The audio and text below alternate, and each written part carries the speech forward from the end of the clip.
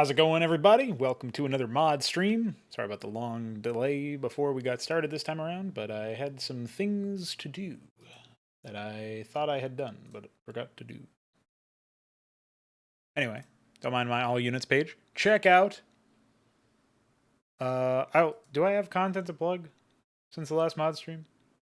Not really, right? Just Fraud Strike. I mean, Fraudcraft. Yeah, that's it. So check that out. The VOD for the latest fraud experience.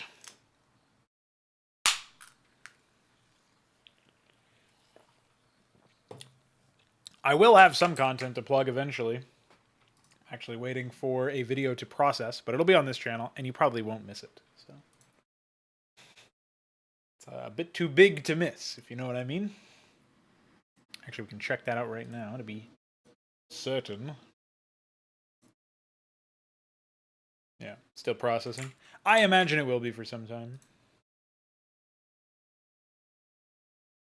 Okay, so what are we doing today on the mod stream? I've organized my mod stream text file to indicate, like, basically I split the races with these two asterisks.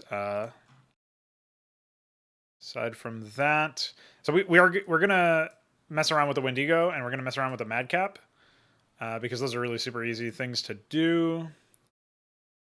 I might also mess around with the Gorgon today, try to knock those off the list. Nathakora should be easy to do, and yeah, I might also revise the Basilisk as well. I've come up with a conceptual replacement for a lot of the stuff with the Queen. And, yeah. I think it worked out. Wound up being A-okay. Just muting my phone real quick.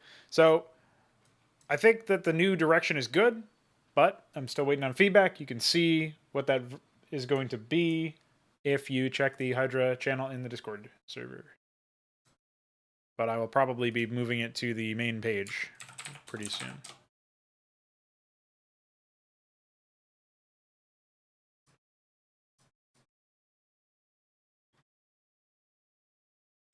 Okay, so the Madcap, we are going to set its mineral cost back to 100. I don't think its gas cost is it 50? Oh yeah, it might actually be 50. Yeah, that's fine. For the Nathrakor, very quickly, I wanted to change its HP to... I'll just give it +5. Because I'm not actually sure if we need anything else.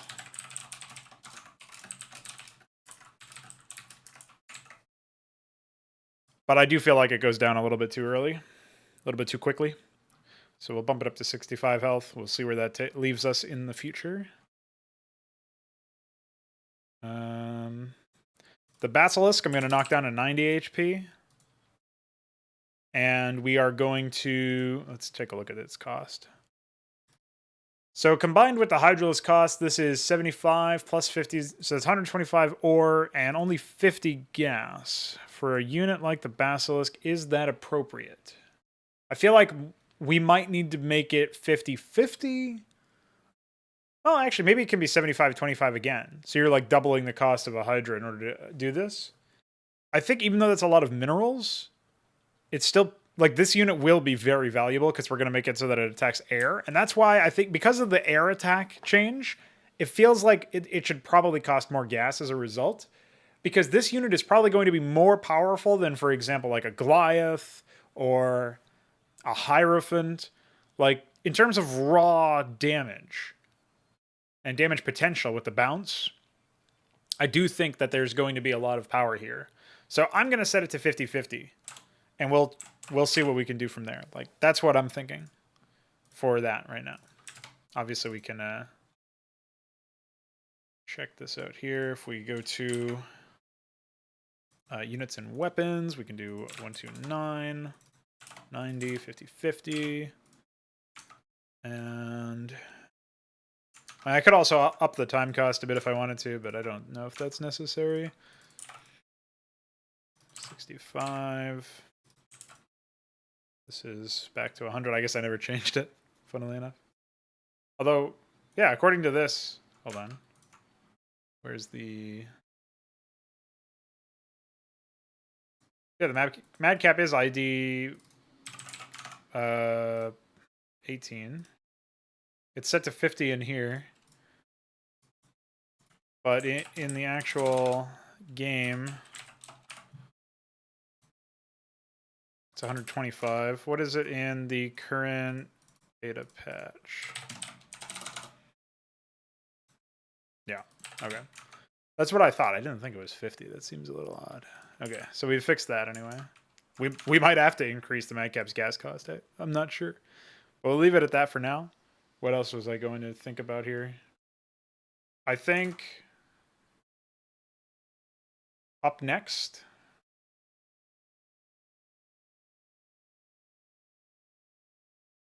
What was I going for next anyway?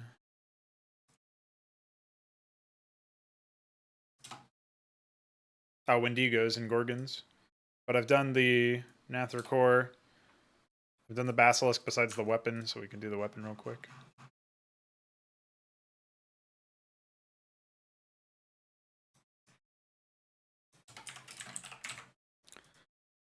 Honestly, I feel like maybe that's all we need to do. We probably don't need to tweak the damage too much.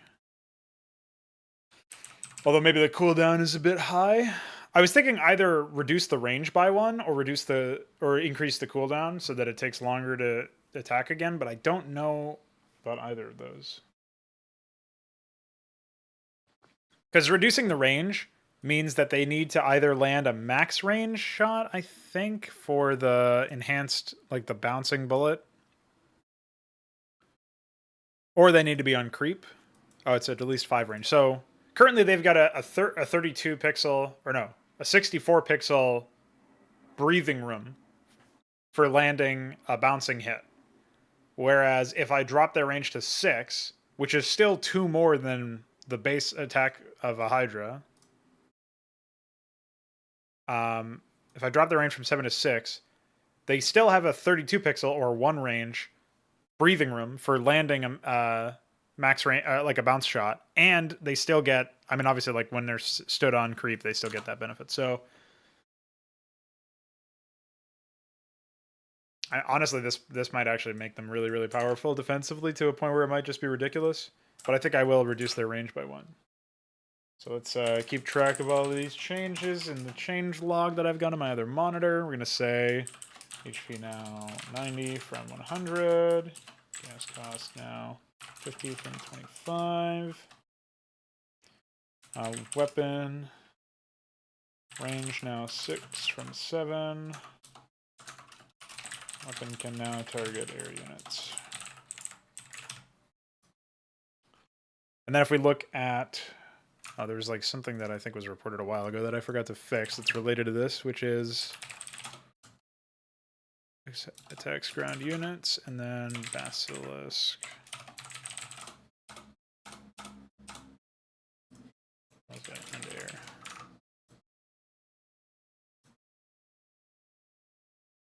What even is the, it's called anti-infantry.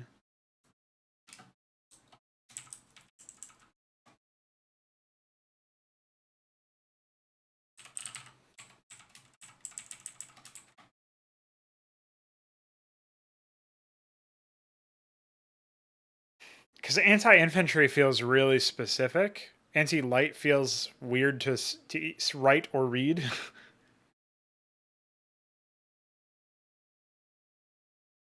But I guess we can just, I mean,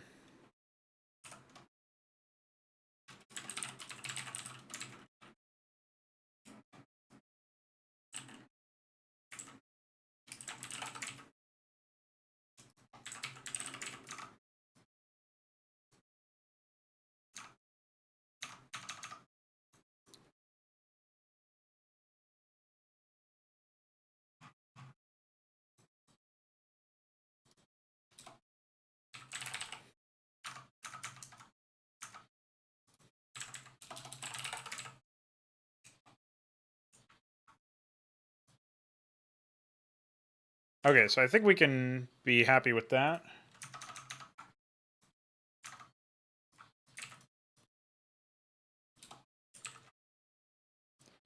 Now we can hop over to the Wendigo.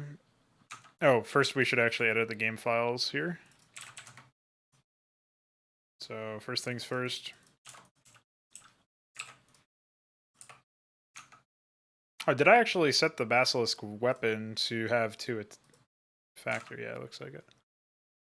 All right, 192 on the range, and target flags air, and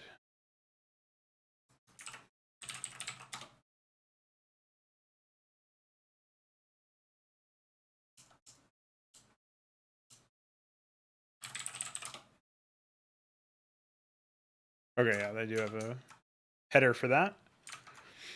And what else?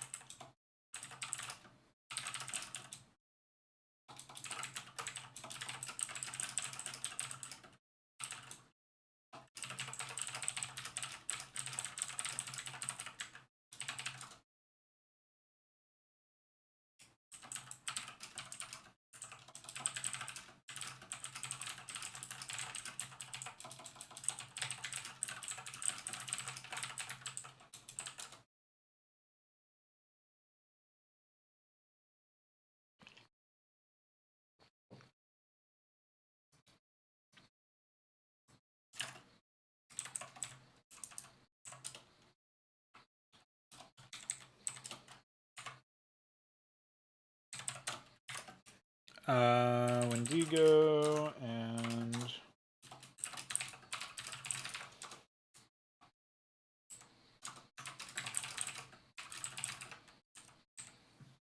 actually, let me take a look at the Wendigo here.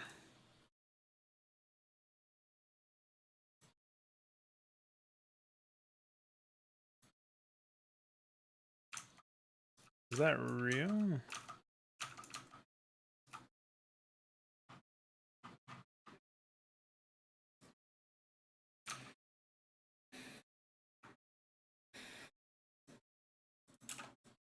They really cost 125 minerals.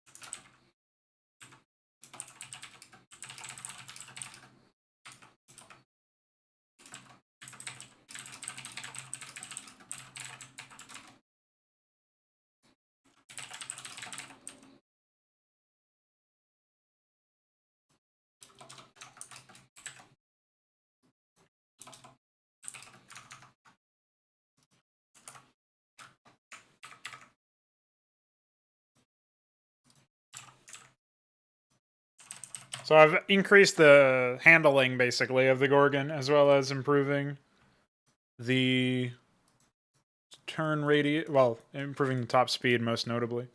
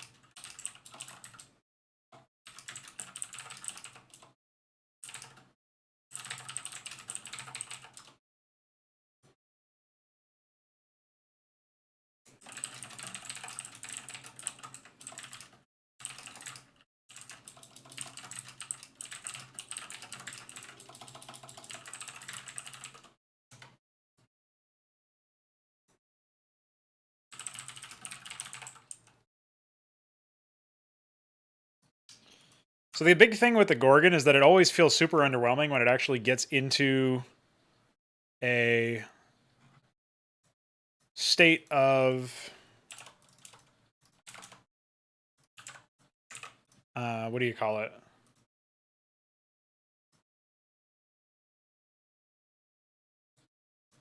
When it gets into combat, I mean, the fact that it's slow hurts it, but when it gets into combat, like, it feels really underwhelming anyway. So it's not even like there's a light at the end of the tunnel for stuff like that.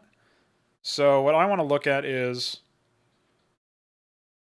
I'm even considering moving the Gorgon to the starport from the word go as opposed to require. I mean, okay.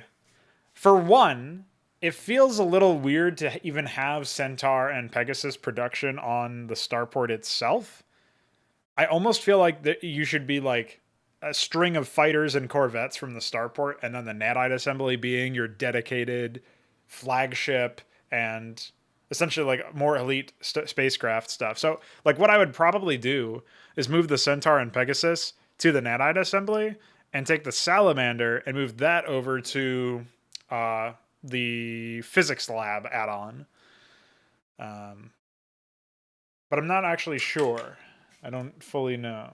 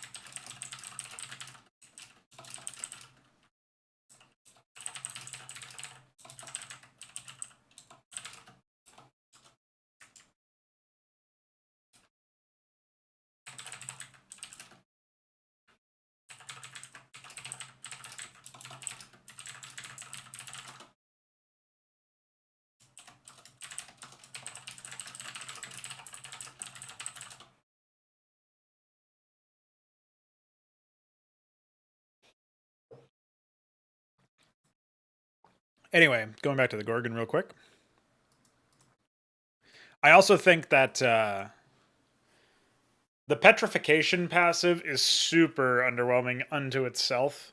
It feels really strange. I think this would actually work better for like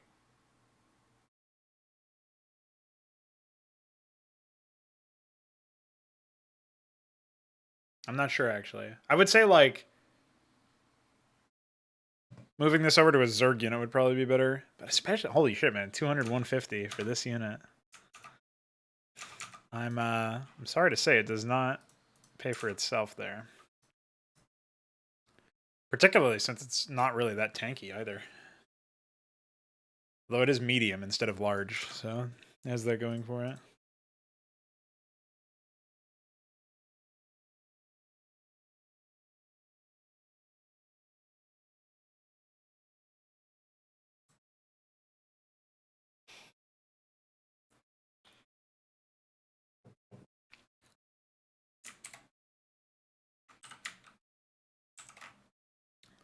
When did go? I think one step here is dropping the Vespene cost to 100 and mineral cost to 175. Give it a 36 time cost. That way we don't have to change much about the vitals. And we can address the issue of the weapon itself.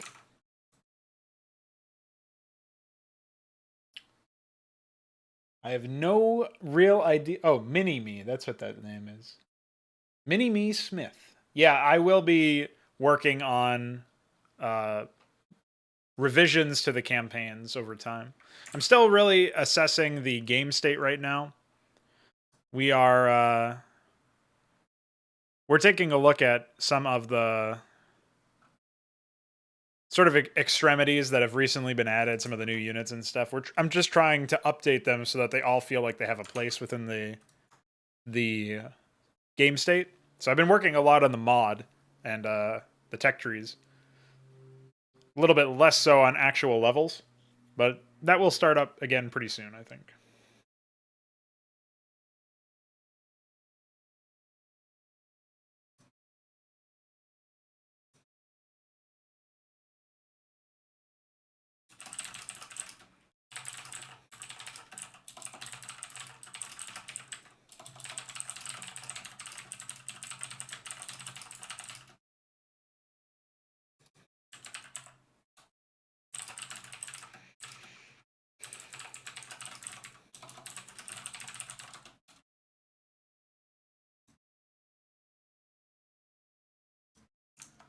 So why don't we check this out right here?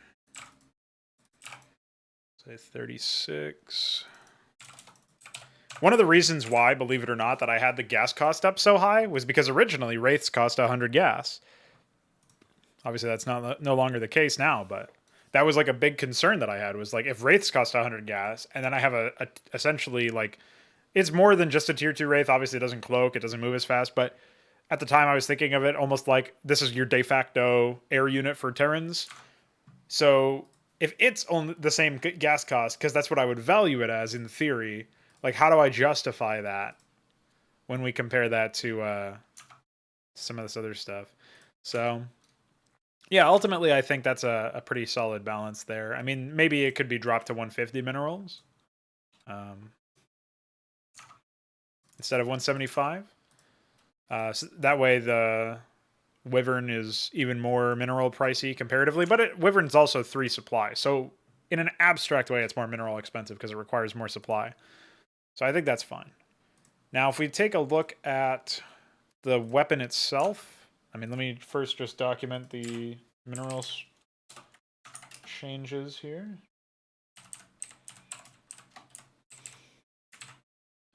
Say mineral cost now.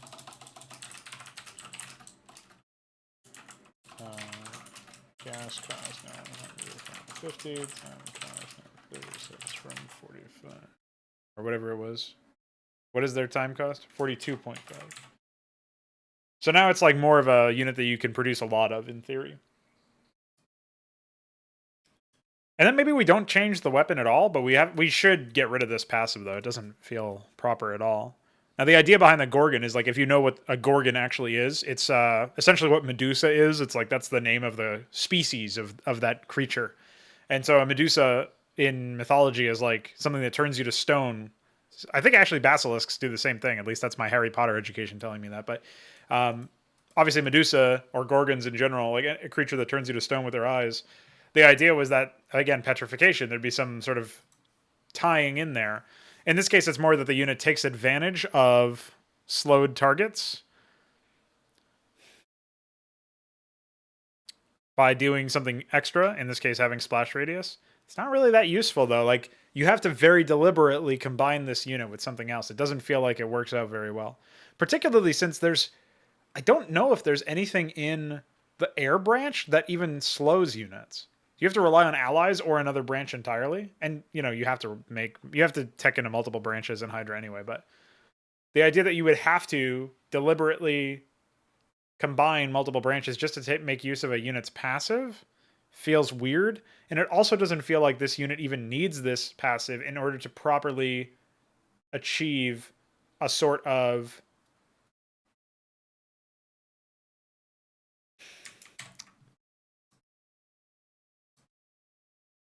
like you don't need this passive activating in order for the unit to give you its resource cost, right? So the unit will still give you the right amount of power for its budget without this passive even coming into play, which tells me it's just not worth like keeping, I don't think.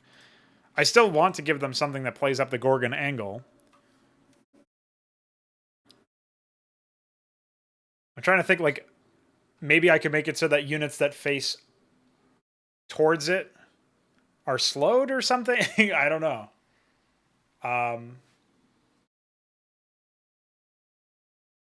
Or its attacks might maybe its attacks will refresh the timer of a slow or something like that, or a stun.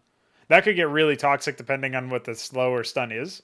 If it's like lobotomy mine lockdown, which is I think 30. I don't know how long it actually is. It might be pretty long though. Oh, it says it only lasts for 6 seconds. So yeah, maybe that's fine actually. Maybe that's the angle. So let me just jump into the Gorgon passive here.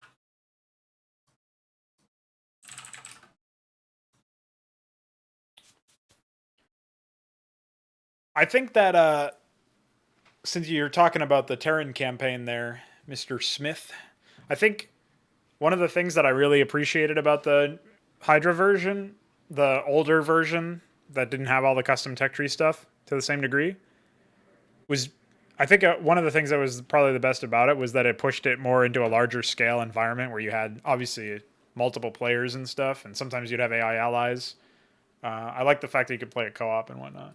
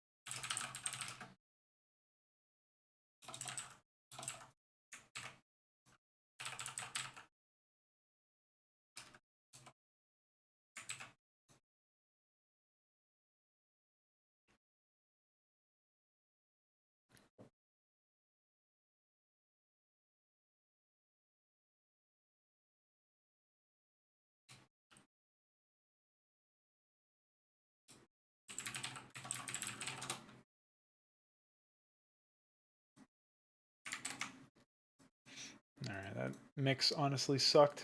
I had to skip so many songs. Here's a trend in electronic music that really needs to end. And it's when they have like a really cringe, deep voice, over-processed narrator or voiceover. Or it's like a robot voice that just says a bunch of random shit. Like I was listening to a song and they just kept saying stuff like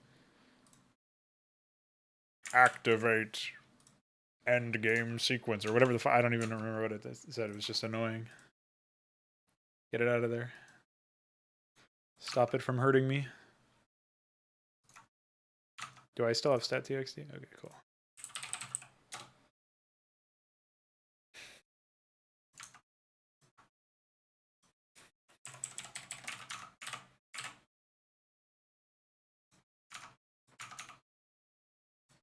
Oh yeah, don't worry, there are no micro missions or timers in the new version.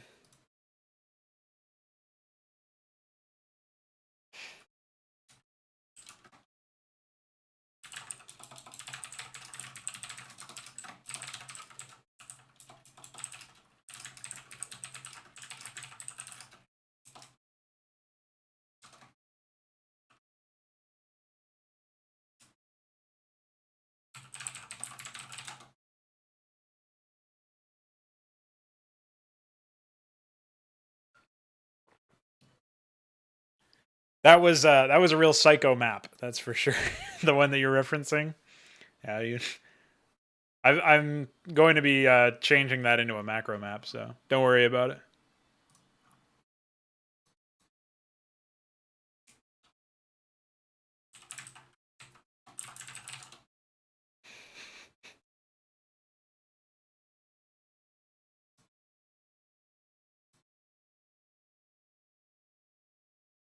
All right. Let me write down some more notes here for what I want to do this way. So we do have to revise passive.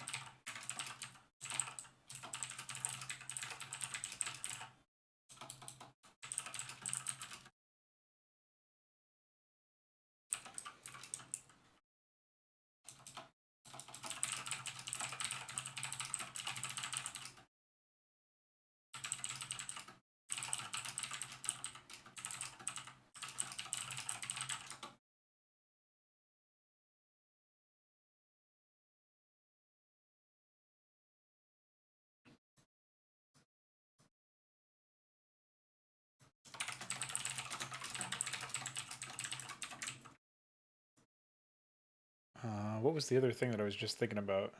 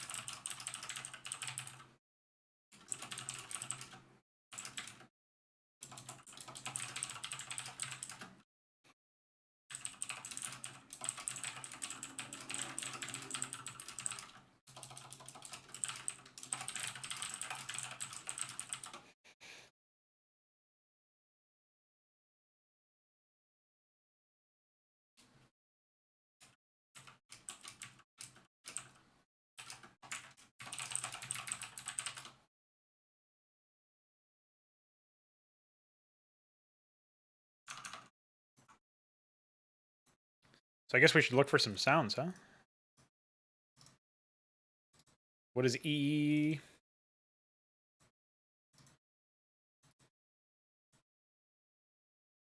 I think that's the apostle sound.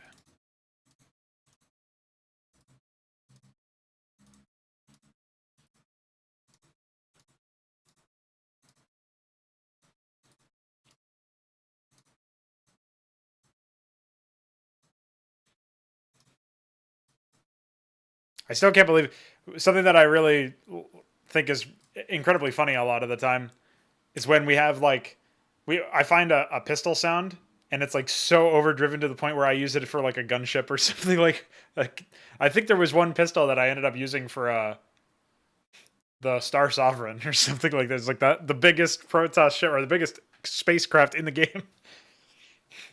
I don't know, man.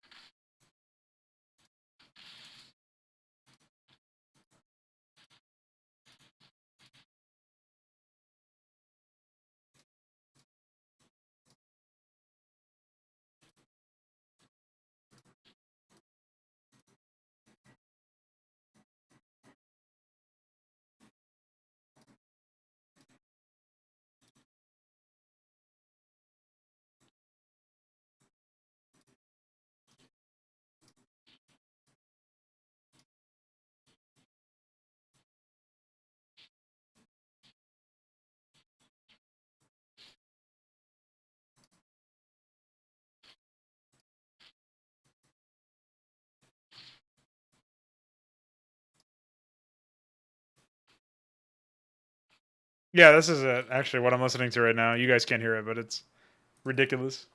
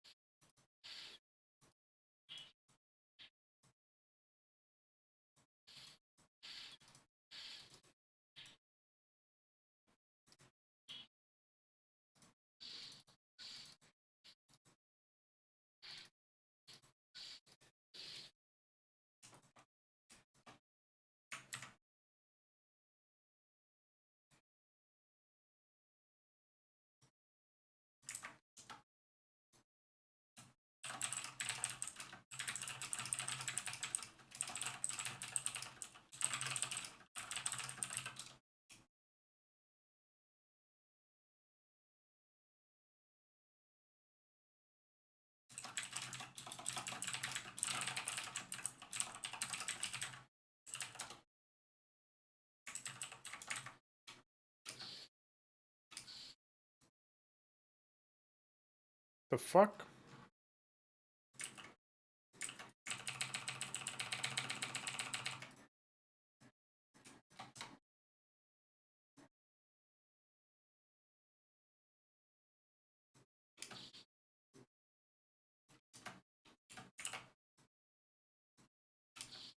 Apparently there's like multiple takes hidden in these files. I don't know what's going on there.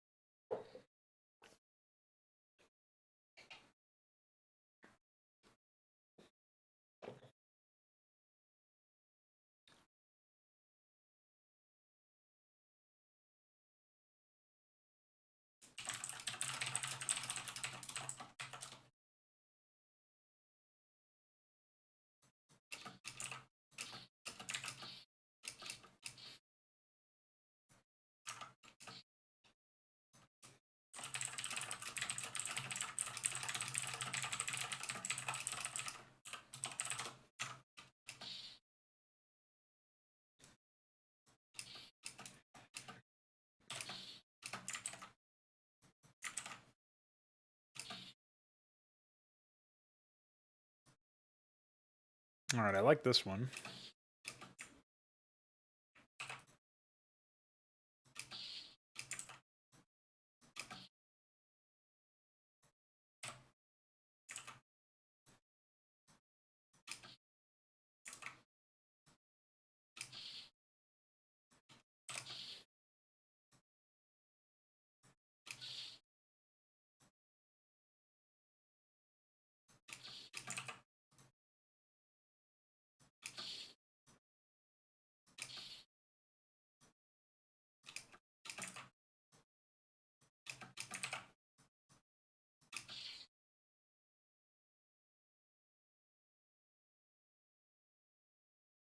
I don't have Remastered installed, so I haven't played it.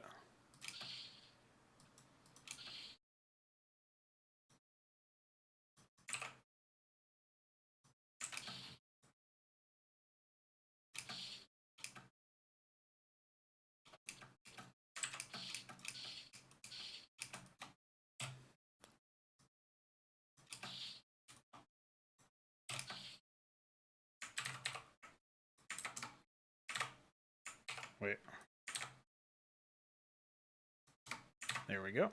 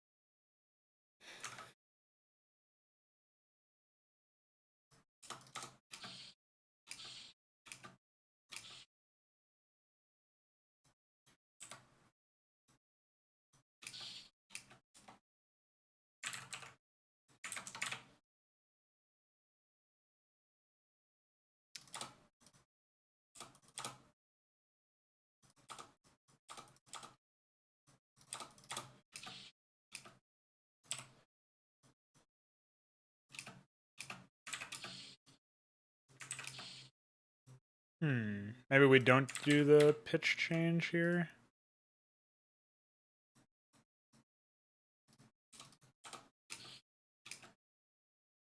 Yeah, I think we keep that out.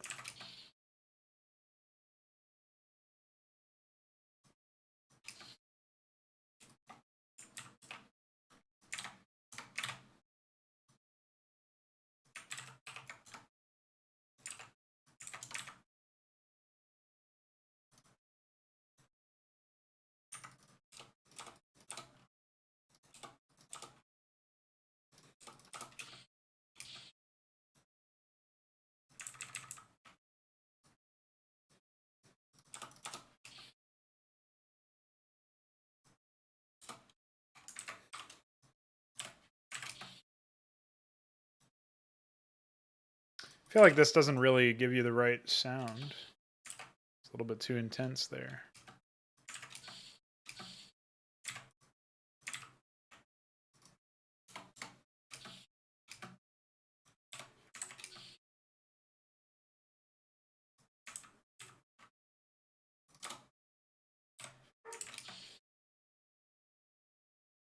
Well, realistically speaking, it's not really the right sound anyway. I probably have to add something else.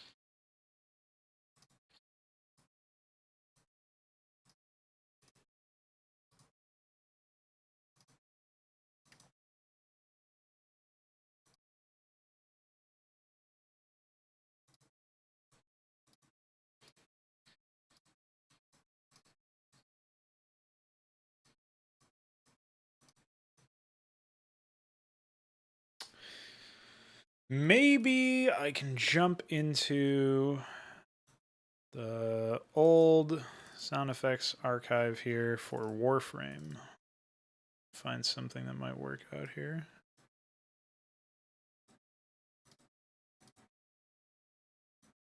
See, the only thing is, like, I don't think there's going to be anything that's like a saw.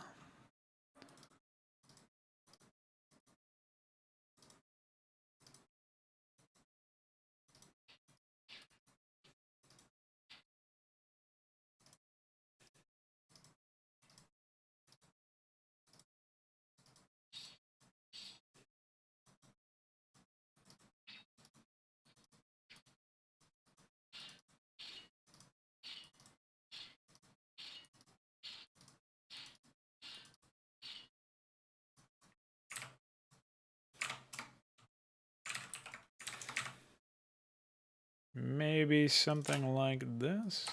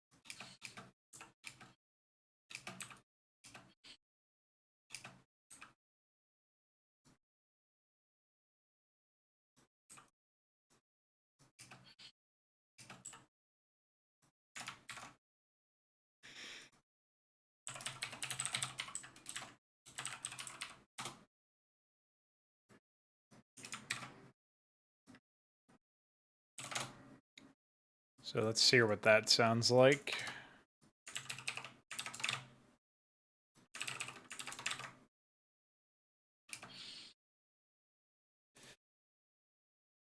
I feel like that's not really that great either, though.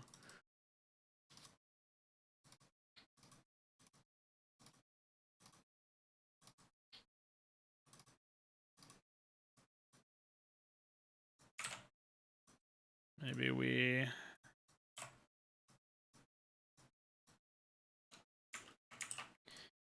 probably have to do something a bit different with that one.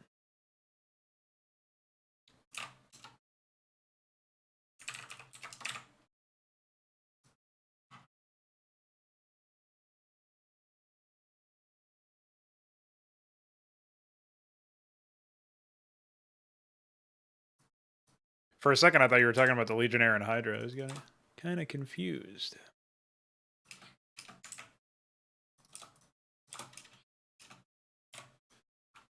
Okay.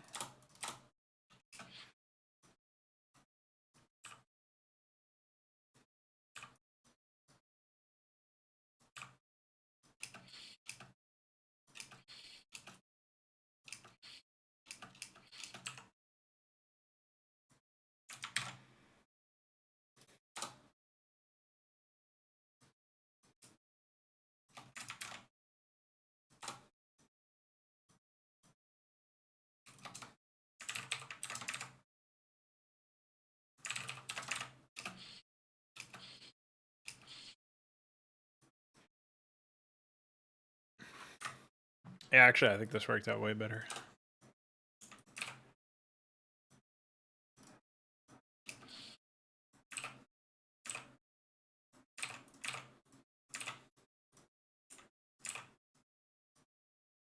Okay, let's take this.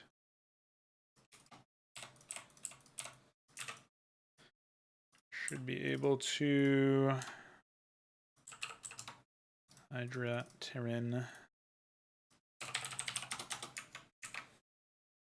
Actually, take a look at it. Okay, it's at ATK.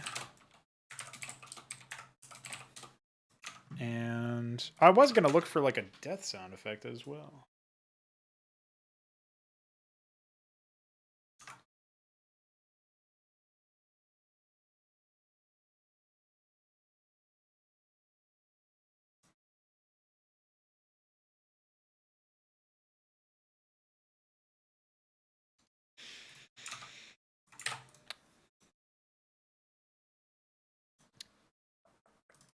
I feel like a lot of the, maybe some of like the missile explosion ones.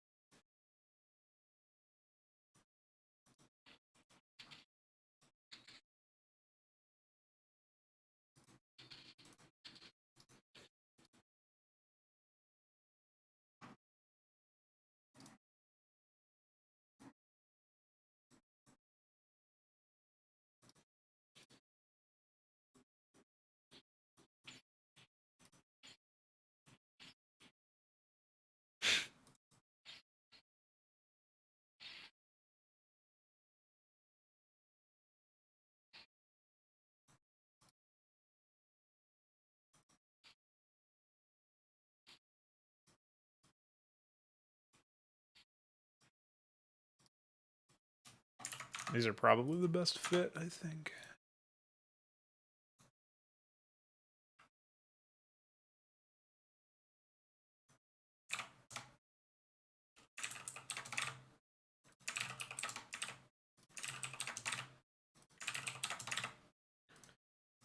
And then once we're done with this, we should be able to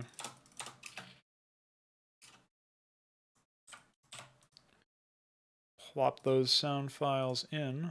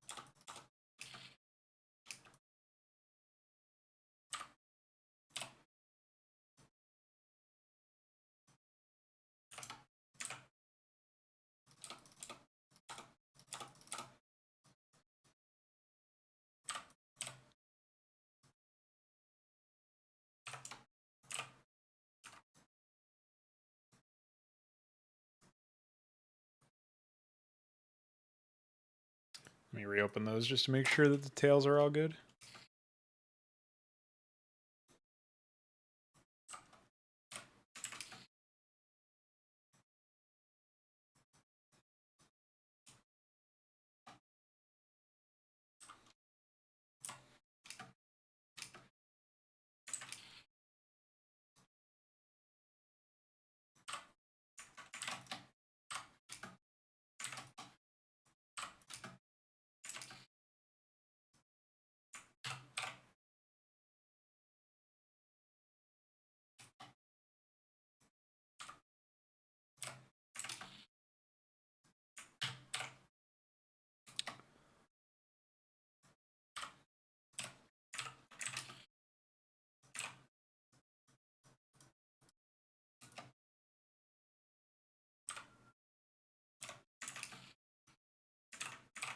Okay.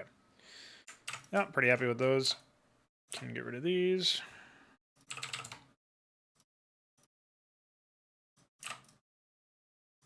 And jump out of that. Okay, so we just have to revise the passive on a code base level. I guess that's for the Gorgon, obviously. I'm not sure about. Let's see here.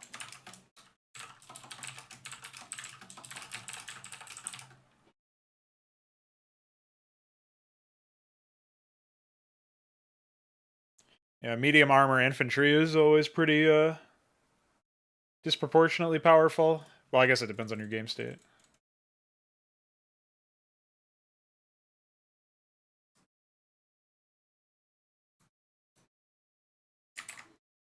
That's funny.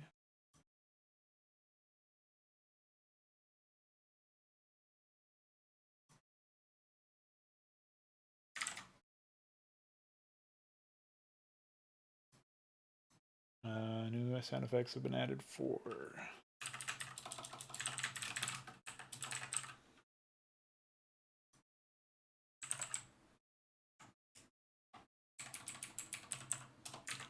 You can mod, but I basically lay out the case for why Remastered is not a worthwhile platform for modding in my modding starter guide, where I talk about how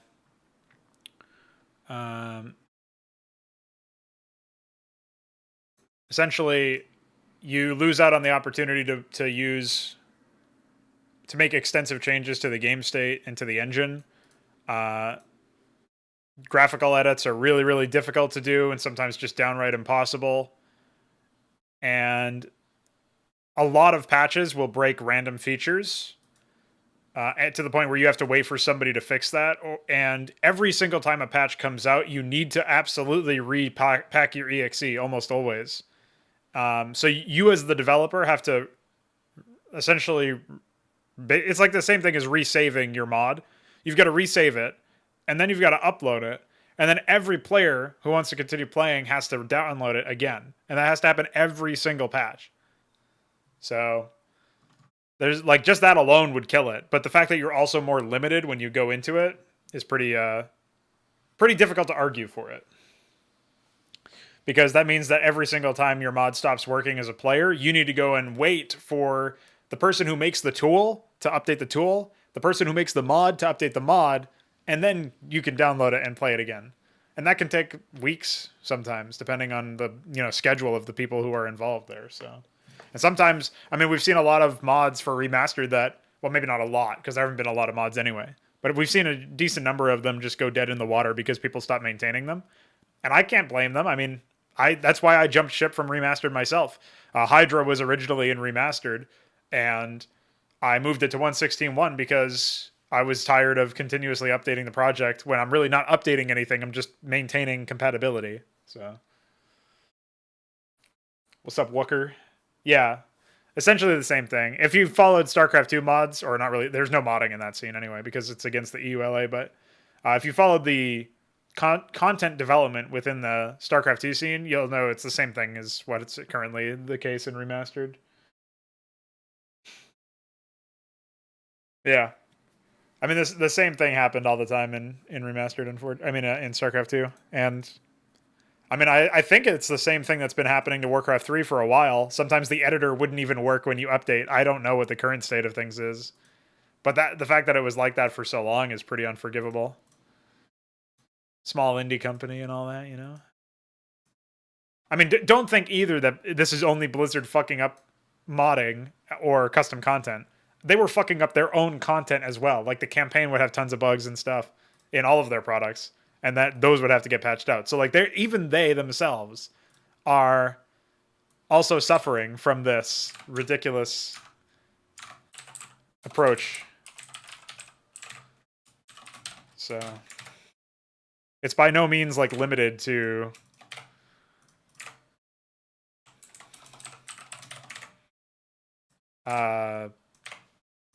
custom content in that way.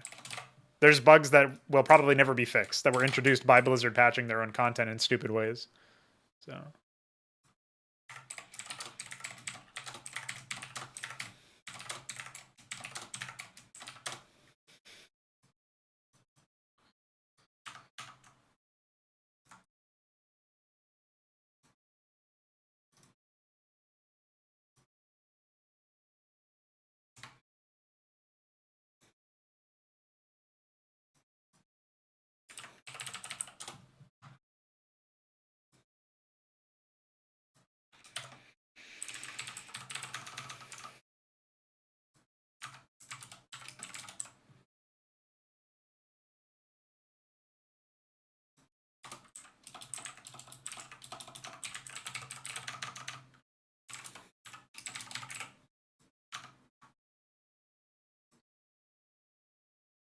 Right now, I just added some sound effects for the Wendigo, and I've been refactoring some of those unit concepts.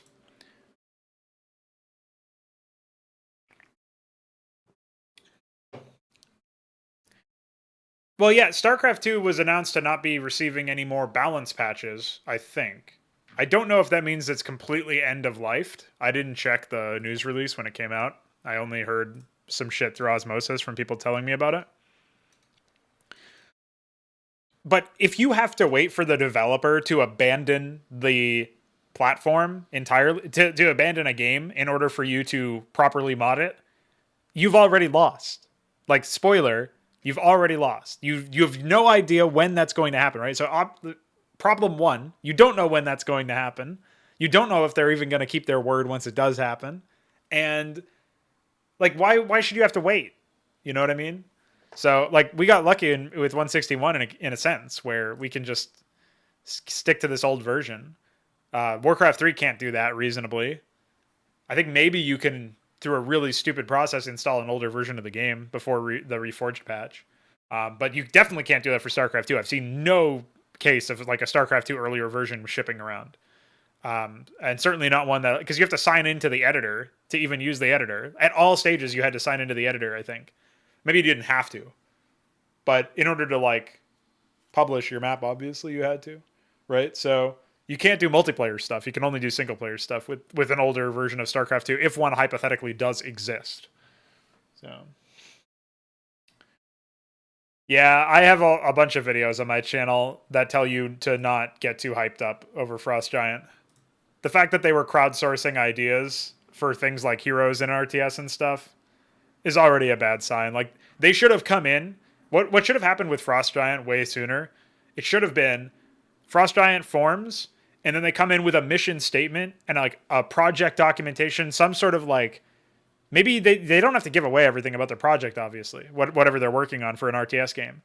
But rather than say, what do you guys want as RTS fans? They should have just been like, we know what we're going to make. We have experience working on RTS games, and we're going to have these characteristics in our game. It's already been confirmed. The project documentation is in some stable state where we're not going to be making sweeping changes.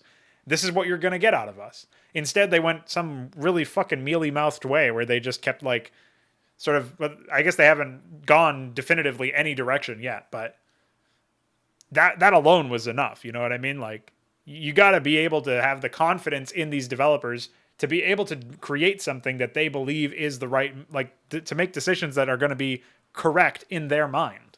And if they're just going to take cues from the community instead, then we're not going to be able to rely on them in that way. Like you'll note, when I'm working on my content, obviously it's very different than a professional environment where you're on a professional team and presumably you have investors and you've got all this like weird sort of like pollution to the creative aspect and angle of creating a game.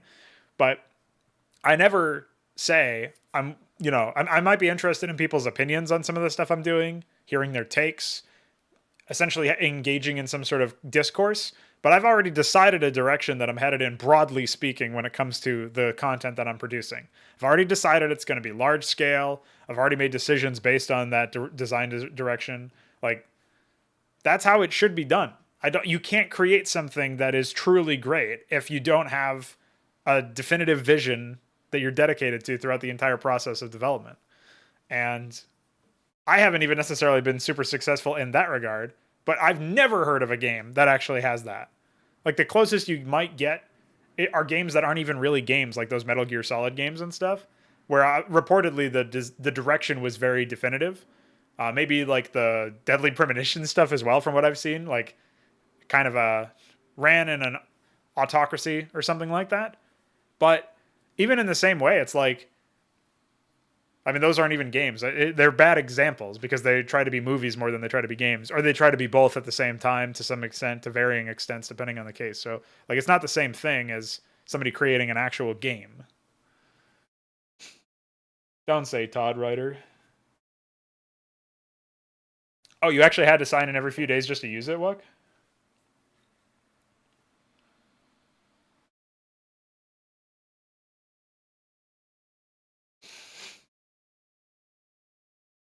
I can't believe that. I mean, I guess I can believe that, but whatever.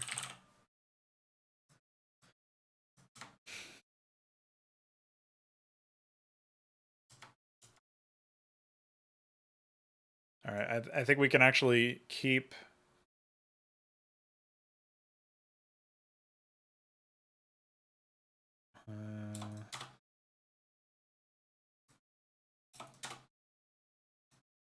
get rid of this here.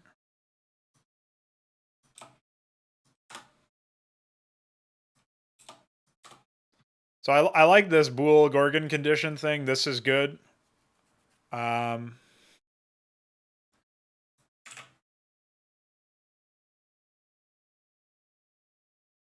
So we'll use this later on.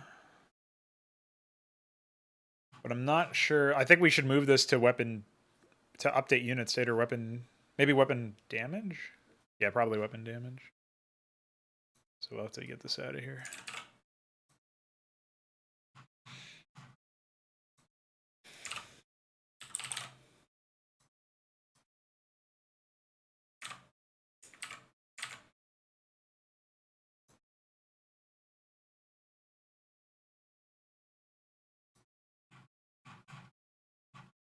Where did... So he has this what? Yeah, he has this as like a separate function within there. Okay, so that's good to know.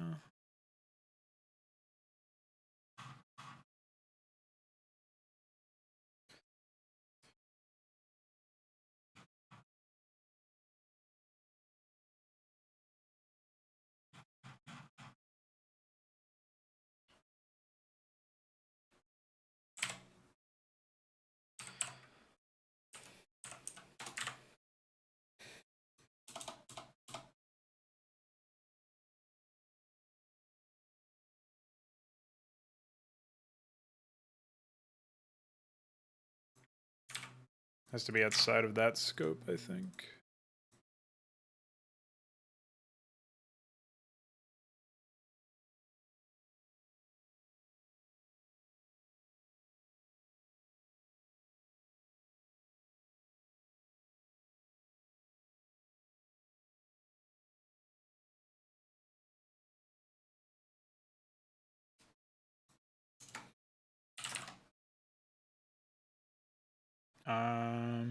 Okay.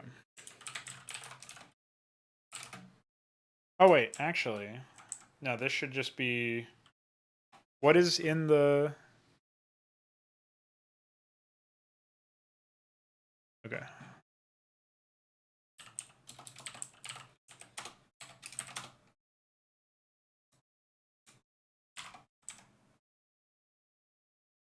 Actually, I don't even know how we. Is there an attacker bullet?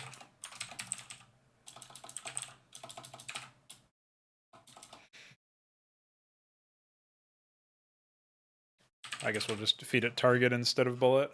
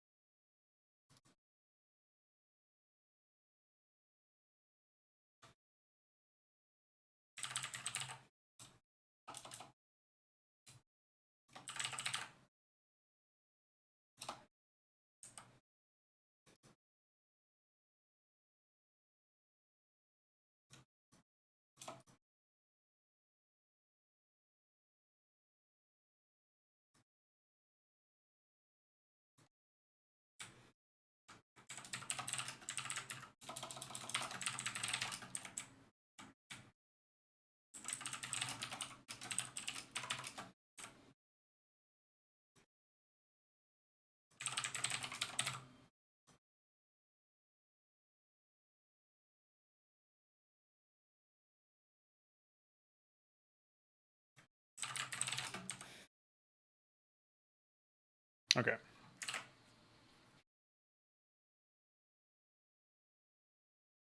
What's up, Balethal? DF. How you doing?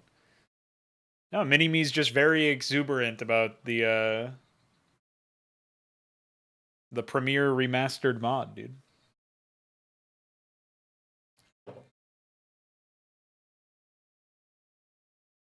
I don't personally know why, but he's been copying and pasting stats from some source somewhere.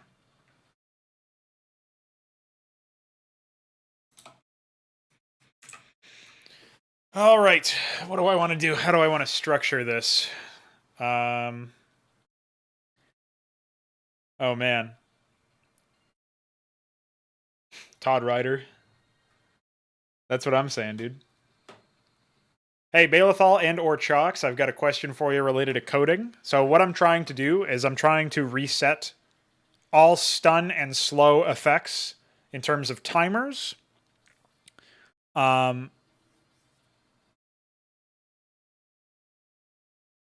think I should probably develop a method for this instead of it being just in this area. So I should probably just call something in the API, maybe. It's like put something in API and then call it here. But my thought process is, so actually if I go to API, I think I've already added something sort of similar to this, which is clearing it.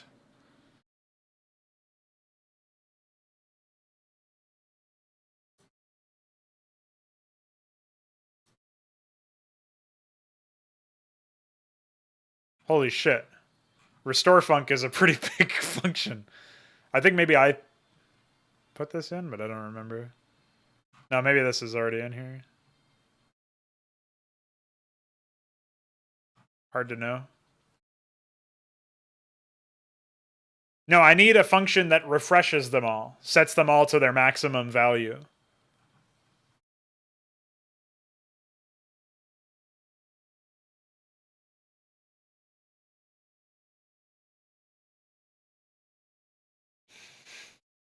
Oh yeah, I have an idea for revising hallucination as well.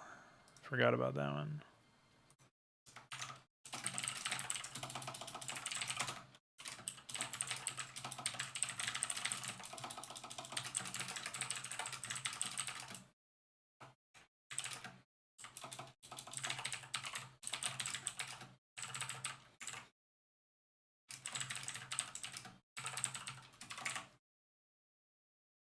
Yeah, so it's the reverse of the restore func, basically.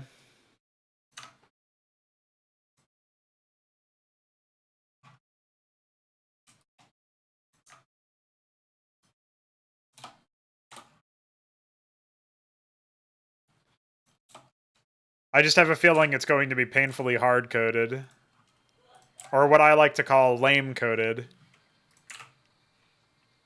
Yeah, so I need a giant function that looks through. Well, I guess it would literally just be this, right? I guess I would just copy restore func, and we would say void refresh debuff, and we would say I'm just gonna for now I'm gonna comment out the overlay stuff. We'll say to do add read for refreshing timers. But for now we'll call it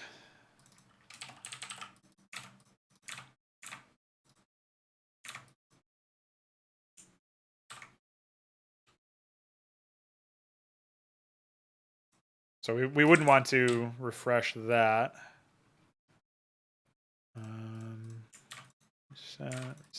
Reset.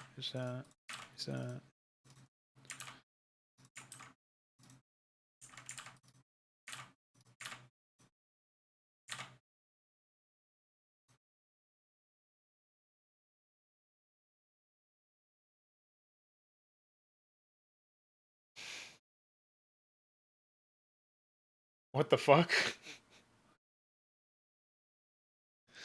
I don't know about that one.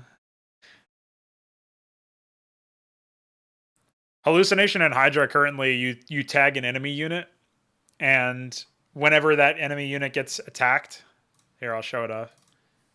It's easier to just demonstrate it.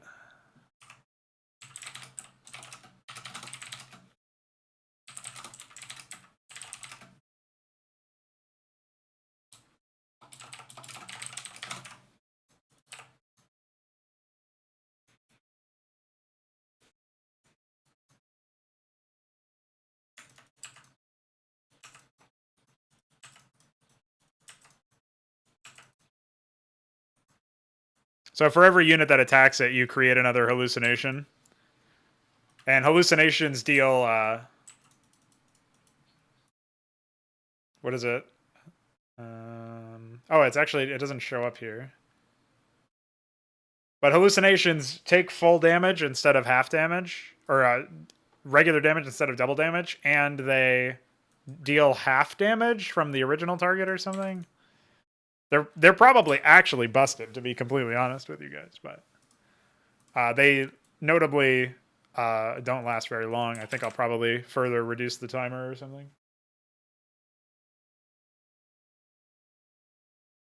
They hallucinated the whole trip as well, yeah.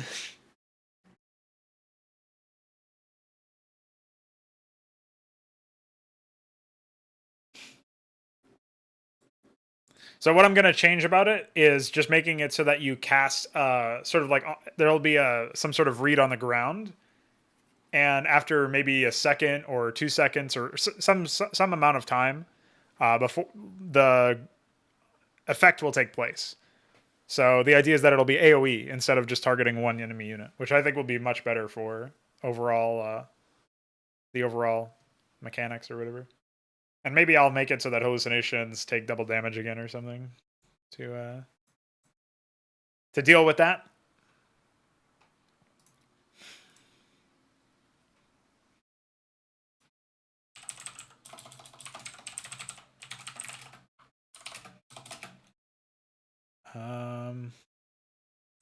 I can't remember if the lockdown timer thing is in frames, in which case it's just 6 times 24. But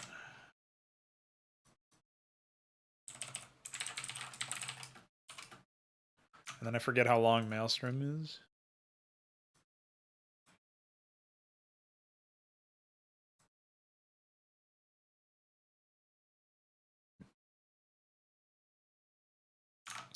Uh, 4 times 24.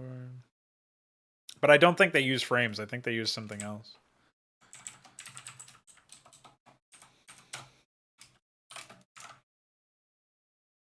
And then we need to look at Zerg, Devour. That doesn't actually tell me how long the effect is. Say 10 seconds.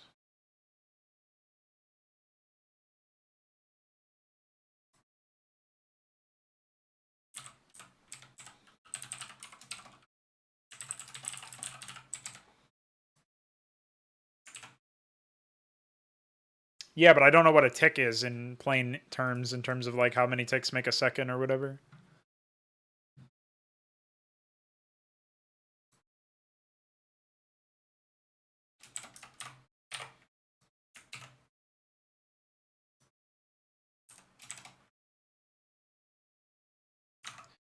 Some of this stuff is like actually super easy by comparison, since as long as it's not an original formula thing, I can just look at the Vorvaling and see it's just 1 times 24 there. Hallucination we actually don't need to reset because it's not as slow. Well, I hope so, DF, but we'll do some testing to confirm.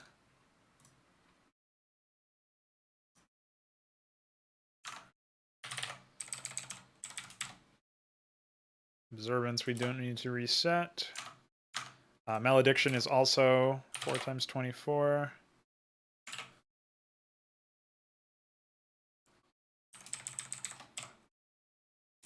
Get rid of energy decay, get rid of irradiate, get rid of plague.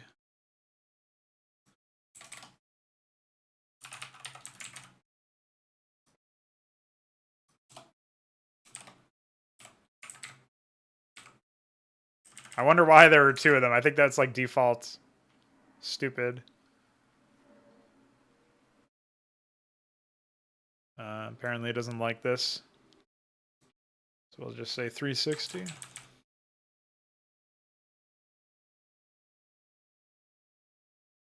I'm not sure because I don't remember the syntax for some of these. And they don't actually tell you what the timer is normally. Like what is the max timer? Like if we click on this, we don't see any information, you know? So get rid of that, get rid of parasite.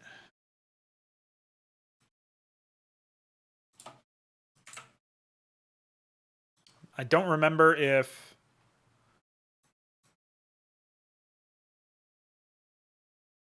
I actually don't remember if there are any other slowing effects. I don't think there are any right now. But anyway, I like the idea of the of refreshing the timers anyway. I think that's pretty cool.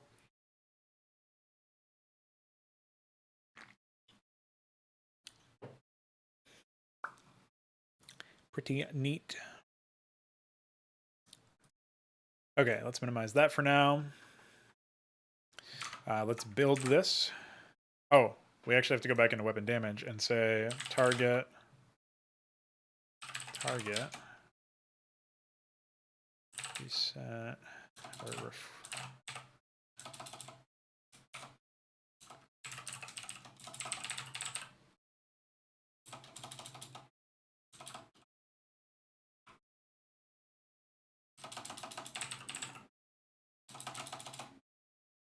what is it even called? Refresh debuffs?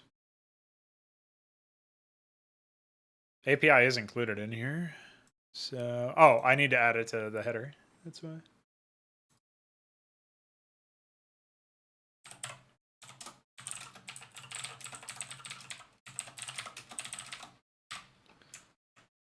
This is gross.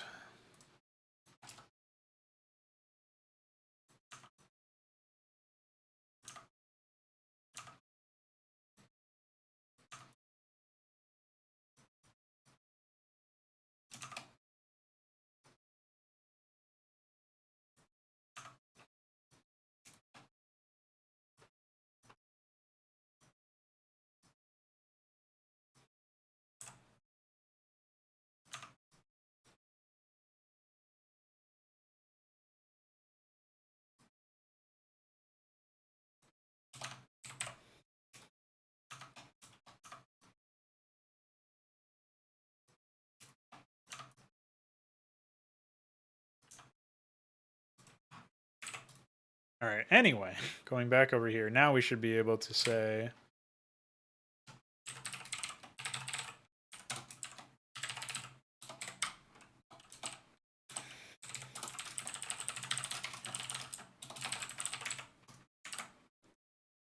but it said it couldn't find Gorgon condition or something, but I don't know if that's real.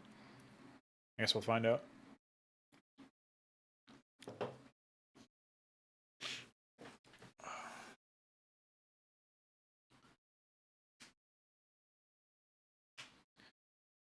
Pretty easy way to test this as well. I can just have an infested Terran die near another unit and then attack that unit with a Gorgon. So this feels pretty good. It feels nice to move this, put this sort of behind us. Now we can say that the Gorgon is in a stronger state, I think. Not quite sure why this identifier is not being found.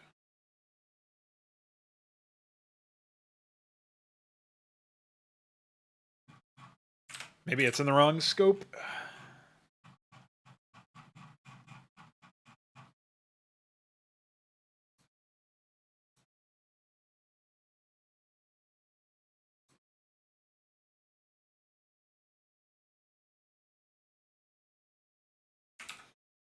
I'm not sure which scope it should be, though. Should it be within this scope? Then it says that it's no good, so I don't really understand. Oh, unless... No, this scope was probably fine, but I forgot to add a header function or something to weapon damage.h.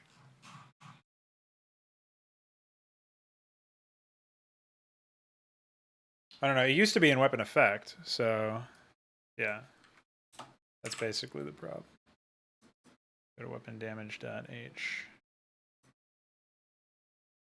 So we should do void, or no, bool Gorgon condition. Let's say C unit, attacker, C unit, target. And now it should work fine. What the fuck?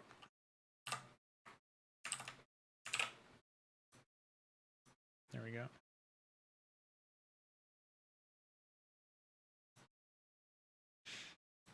Just me forgetting about basic C++ shit. All right, let's give it a go.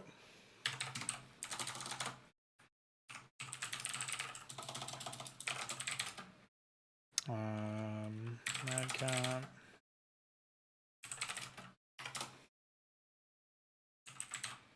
Spawn Gorgon.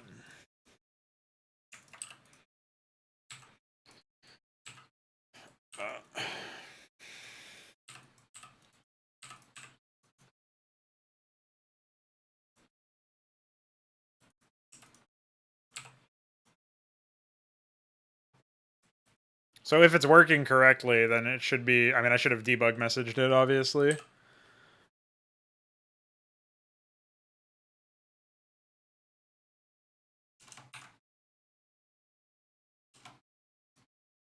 Yeah, seems to be working infinitely.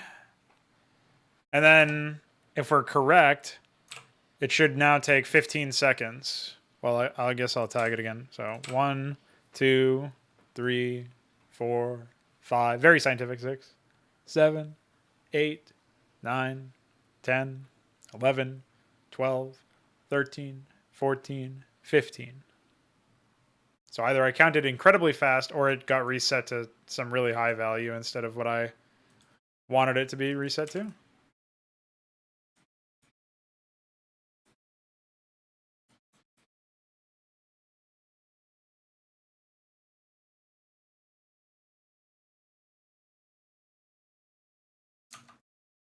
Yeah, that seems way higher than 15 times whatever it was.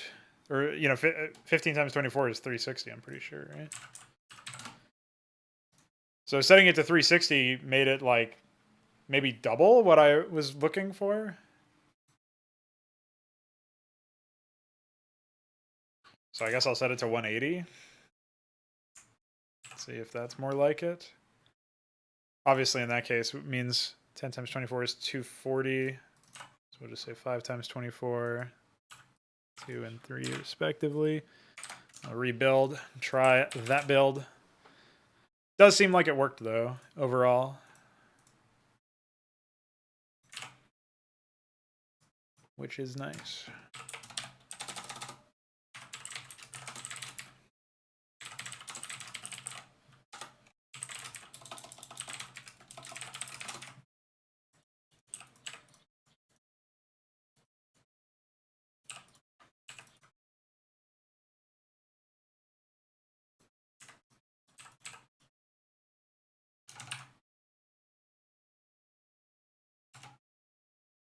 I can't believe they all ran out of energy. Ay, ay, ay.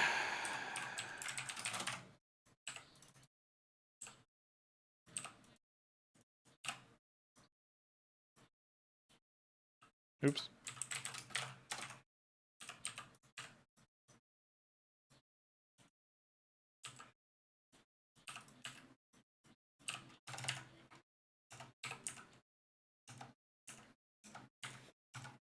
All right. So now 1, 2, 3, 4, 5, 6, 7, 8, 9, 10, 11, 12, 13, 14, 15.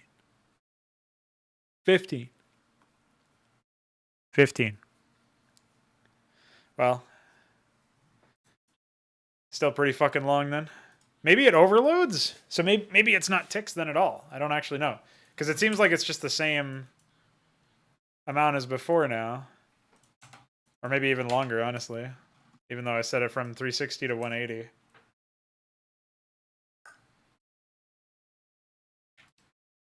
I guess what we can do is we can search for all cases where unit ensnare timer is used. And if we can find some cases where it's actually set to a value.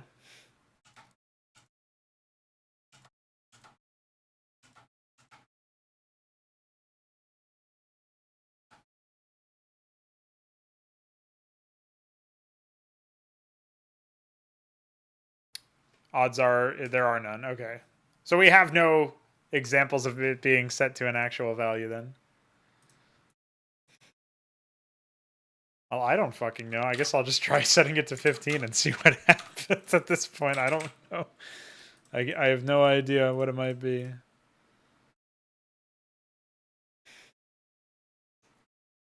Pretty incredible that it would be something like that.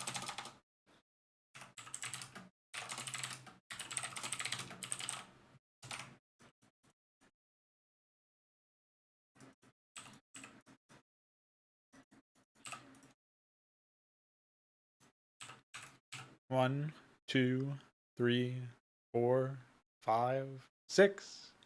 So 15 is like 5 or 6 seconds. What kind of fucking value is this then?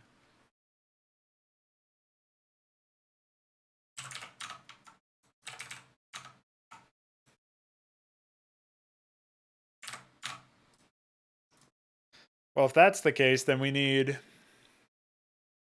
maybe like 13 or 12 for lockdown to be 3 seconds. I'd say probably 12. That probably has to be 8. And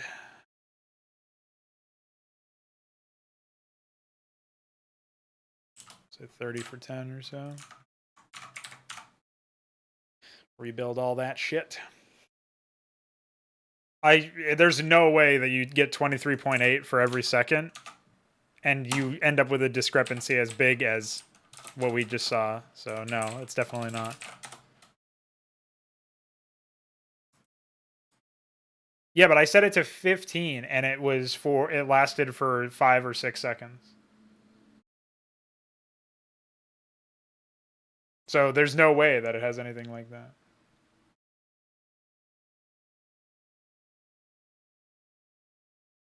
Unless you're saying 23.8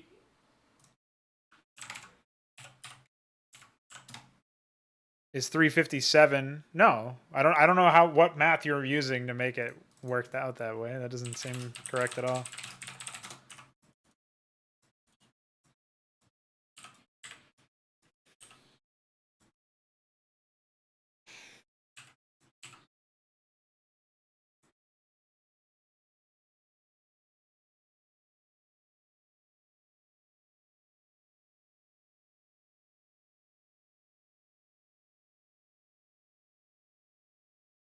Yeah, that was a little bit long, but it's closer.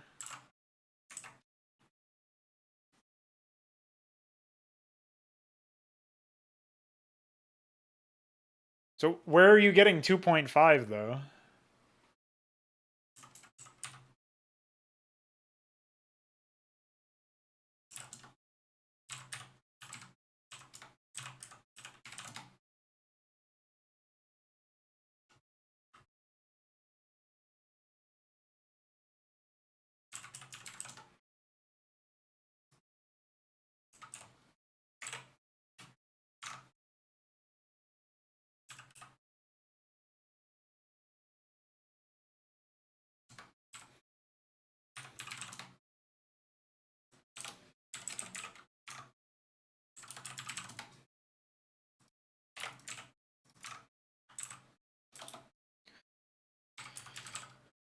It's just 7.5, so I guess I'll set it to 8.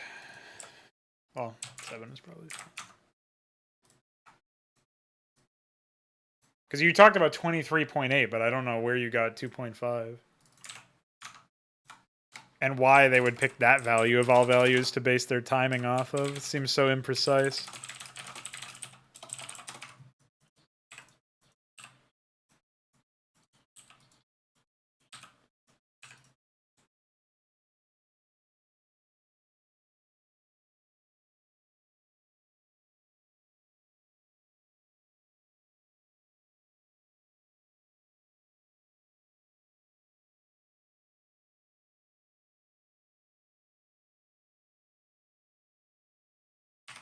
I was looking away, so I didn't see when it ended.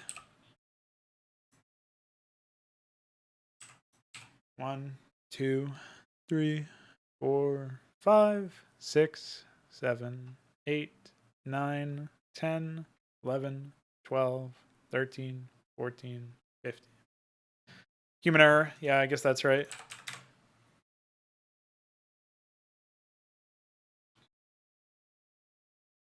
Well, I'm just wondering where you got 2.5, because 23.8 is not 2.5. It's like 60 divided by 2.5 doesn't give you 23.8, right? Unless I'm really losing my mind. Oh, I guess it does. Gives you 25 or 20. Yeah, is that right? 24 rather. So weird stuff. But hey, we figured it out. Thanks, Wuck.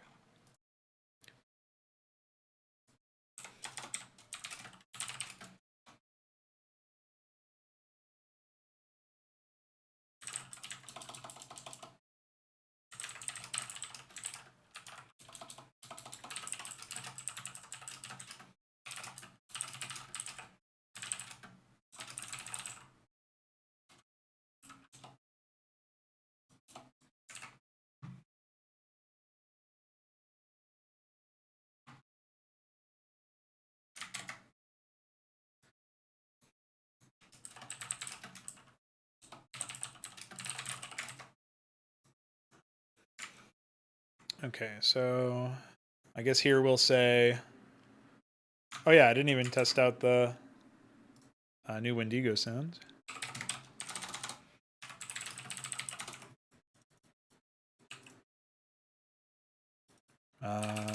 Probably a classic moment where I just forgot to actually add the files, so epic.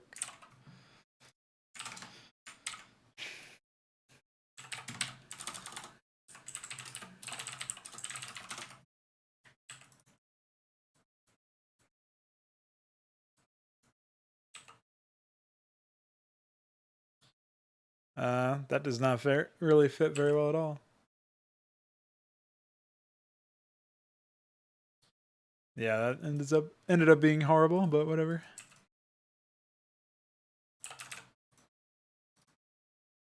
So we'll just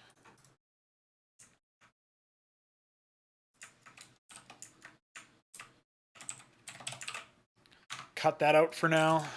I'll get something better later.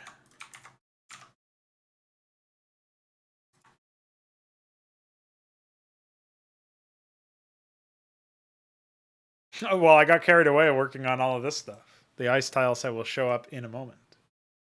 Using Cheat Engine, you see the lockdown timer ticking down once every 8 frames.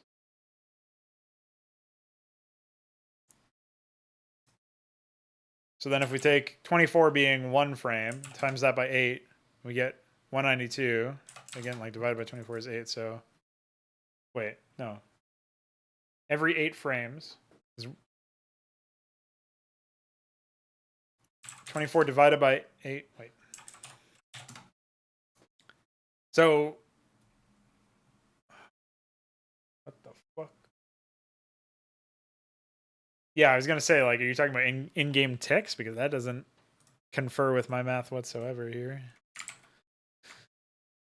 Anyway, I think we figured out some shit here. Oh, fuck.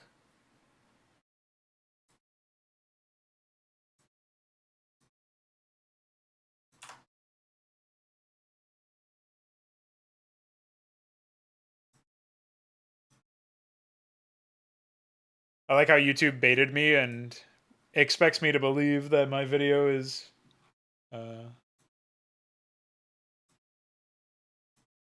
yeah. My video is not done processing, you liar program.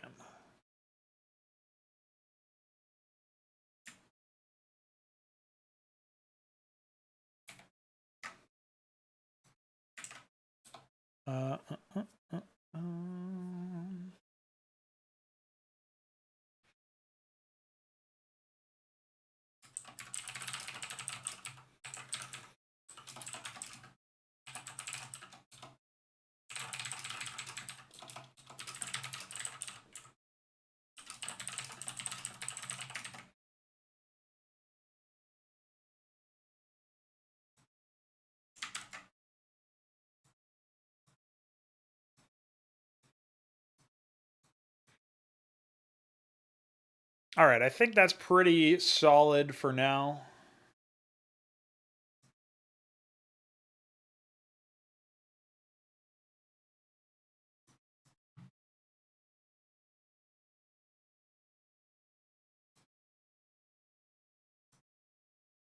And that'll do it for our modding session. Feel pretty good about that. We'll jump ahead and do some other stuff later on.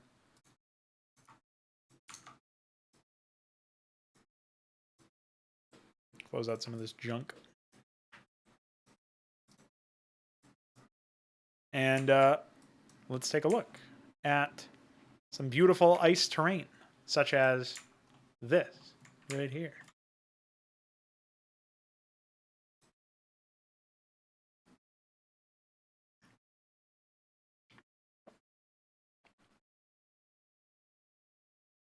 And while you guys take in this breathtaking sight and debate why Blizzard may have done stupid shit, I will BRB, and when I come back, we'll work on this map. Check it out.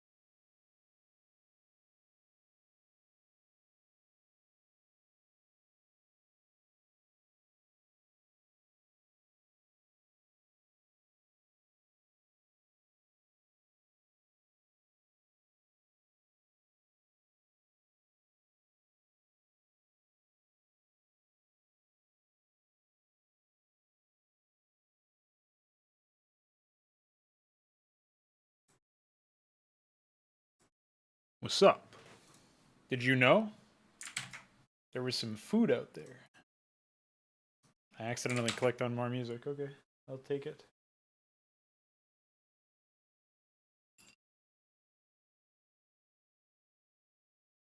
Anyway, so I have some soup, which means we're just going to chill and look at this ice. And talk shit. And make loud noise.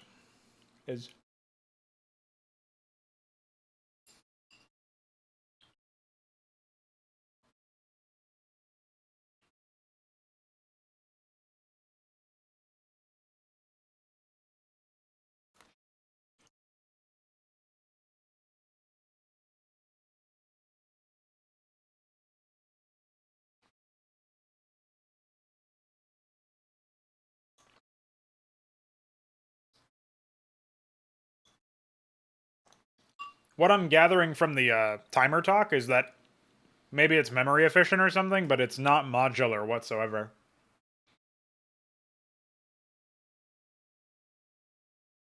Maybe it makes more sense if you're looking at the source code.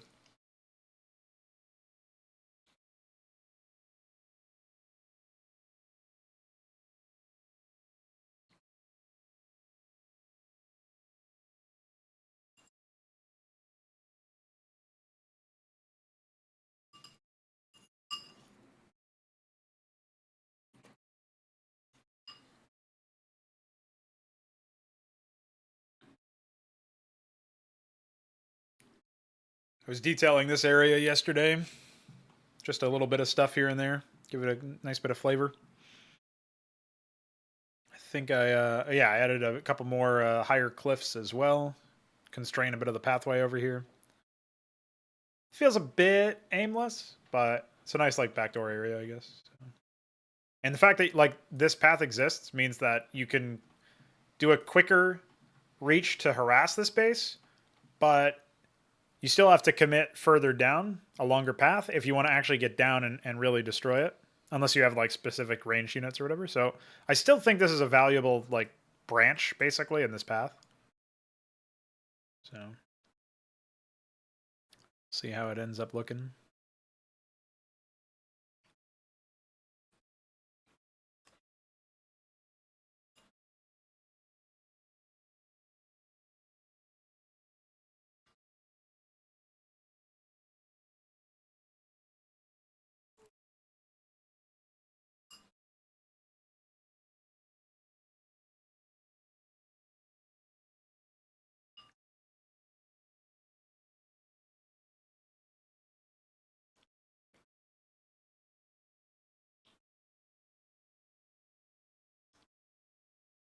Also curious about people's takes on the changes planned to the queens.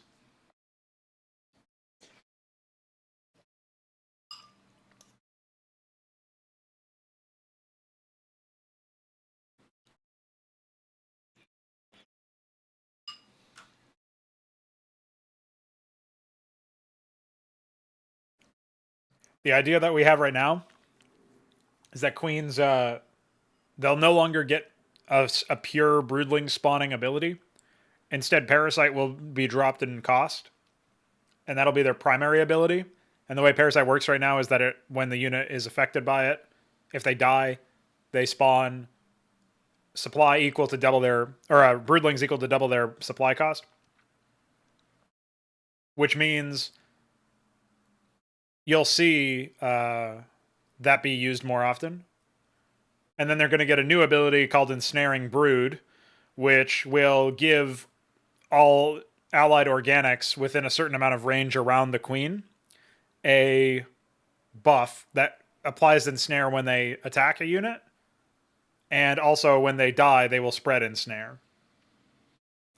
So the thought process is you might like drop a parasite onto an enemy, and then when it pops, you have broodlings, so you drop the if the queen is nearby, you can activate Ensnaring Brood. It's going to behave similar to the Apostle ability, where you could just hit the button, and the unit immediately fires off the debuff and applies the buff to all nearby allied organic units. I think that's a reasonable setup for it.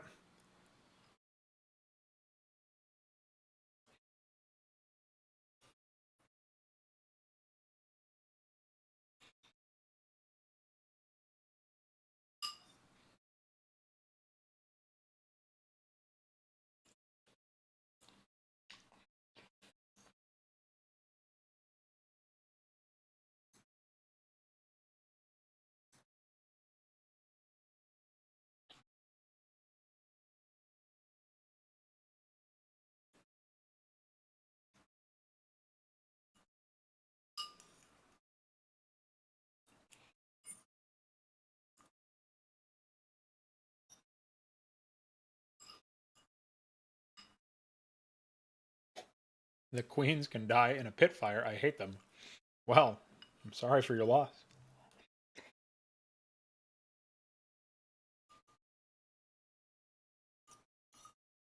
They're very radically different in Hydra, so.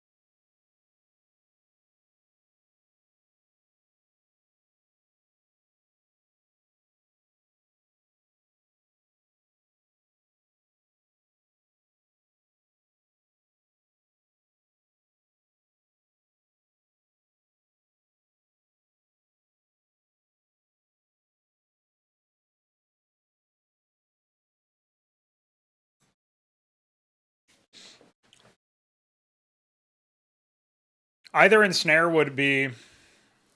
I mean, like the thing is, I think ensnare should still be potentially disruptive if you use it poorly. Like it should, it could potentially backfire. But I don't want to make it so that the queen essentially has two distinct abilities that are both just like firing an ability off, you know? I like the fact that there's a difference and a positional element to the ensnare thing.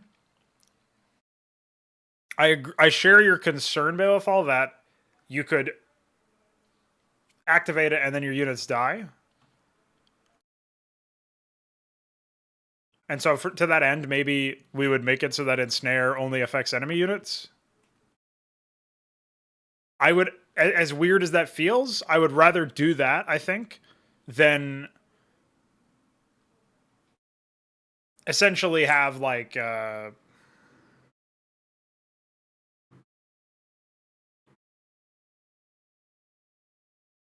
I don't think the drawback is too high. I think the potential upside on tanky units is very high.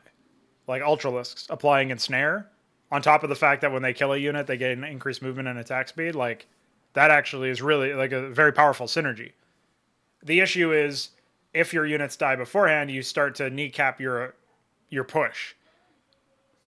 But think about all the air units you would use it with. Like Nathracors don't have to worry about getting popped in the same way. Obviously, Calculeths being very powerful in range. You can use it with Hydras and Basilisks to do really wonderful things, I think. Ensnaring on top of like a lurker ensnare, like that, activating that for lurkers, that counteracts a whole ton of shit. So I think there's a huge upside to using it, and one of the ways to balance it. I mean, like the idea that you're putting forth is that it's too risky to use with Zerglings. Well, yes, it probably is very risky to use with Zerglings, but just because it's too risky to use with one unit type doesn't mean that it's too like there's no upside to it. Like I think with the currently described implementation, you pop that on Vorvalings even, they'll get in. They already have a slow on hit. They're gonna have double slow on hit. Like that could be really good.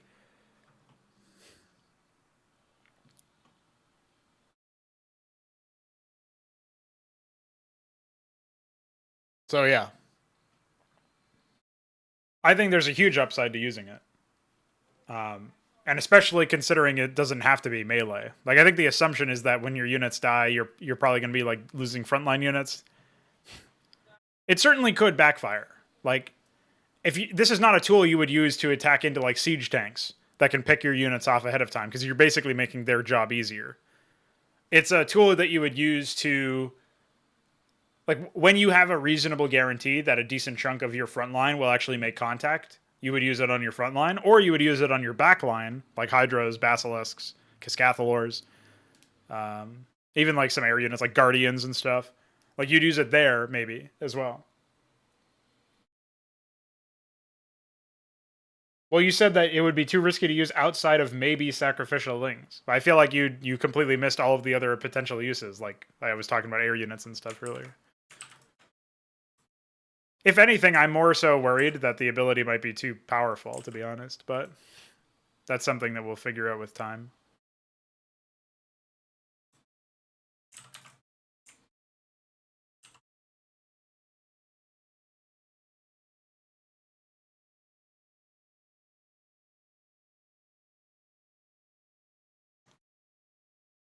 I think the improper usage would be actually using it with melee units, unless it's like, or I mean, it's also like dependent on specific compositions. The ability, the buff is not permanent; it only lasts for 15 seconds. But you could enhance your units, run them off, borrow, and if you expect the enemies to come in from a certain angle or something, like there's a couple of different things you can do with it, even with melee units. But I think against a powerful ranged force, especially if they've already set up like Terran Mech. Yeah, I could see a world where that you enter into you actually make their job easier and you own yourself, which would be pretty bad. So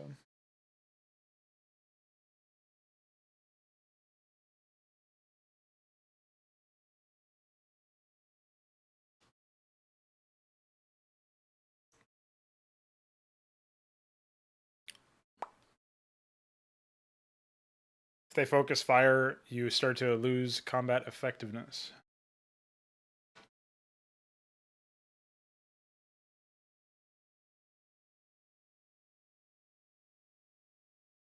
I mean, I guess it could be that when the units that they're attacking die, that's or when a unit affected by ensnare dies, that's when ensnare spreads. So it would be similar to plague. But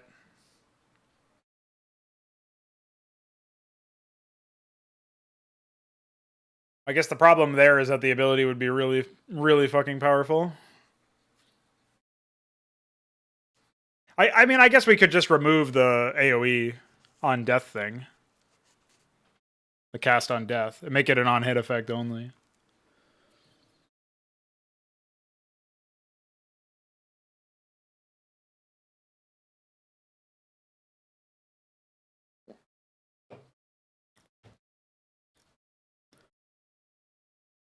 And then I guess we can shrink the area so that the queens have to be within like 3 range or 4 range instead of 6.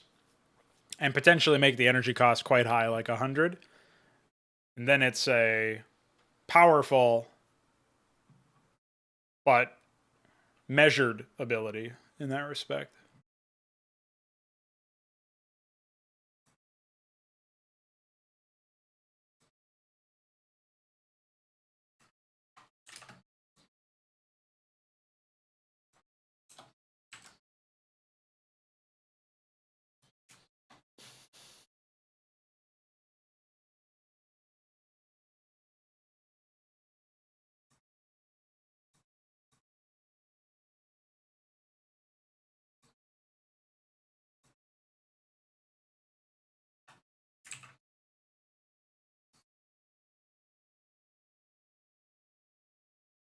Okay, let's actually jump into the ice map then.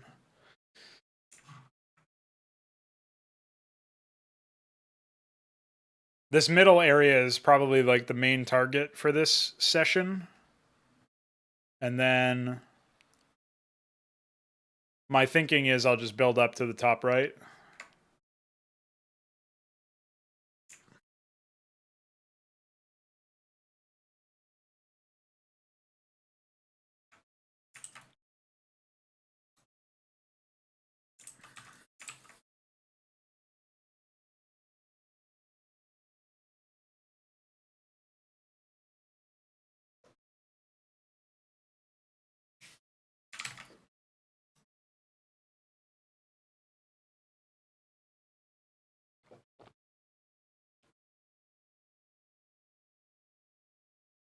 I need something a little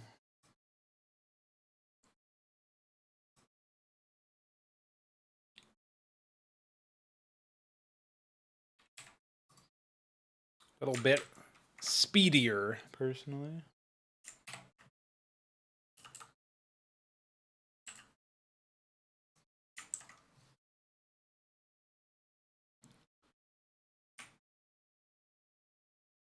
Okay.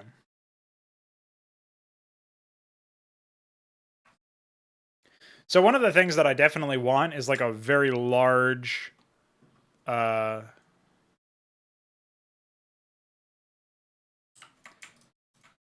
want a large base area in this region that's worth fighting over, more or less.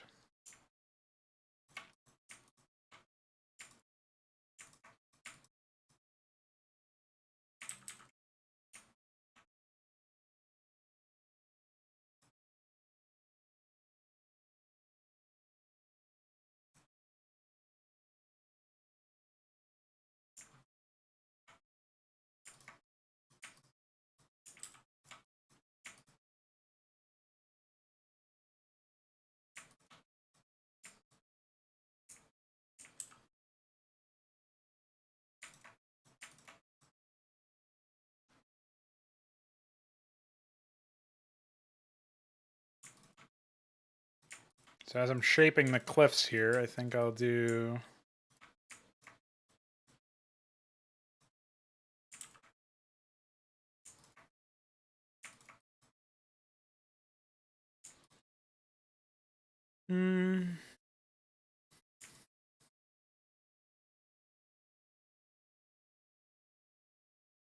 Okay.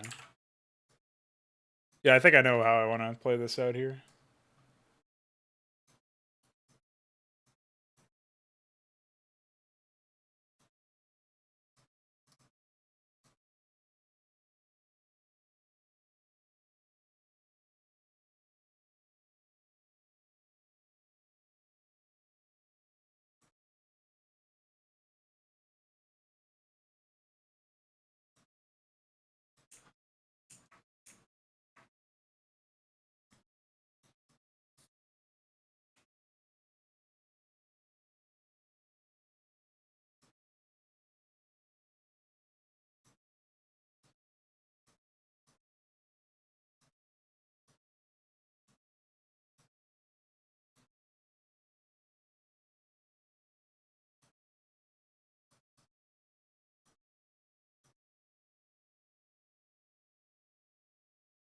What's up, Patrick? Yeah, watch out for frozen turds, man.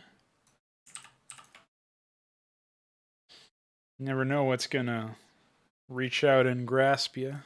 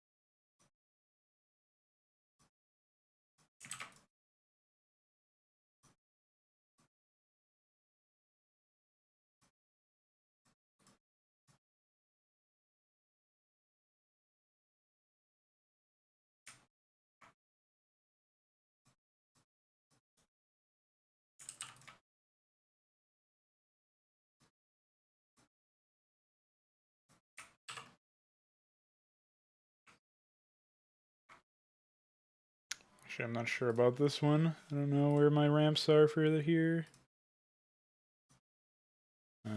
Do I not have them?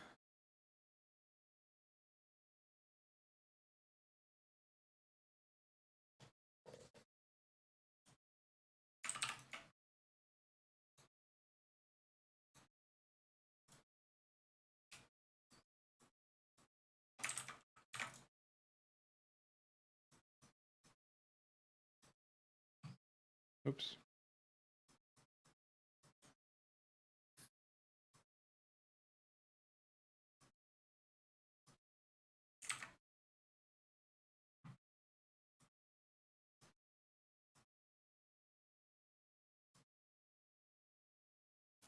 I don't remember. I don't think I do actually have something that's the right shape for that, unfortunately.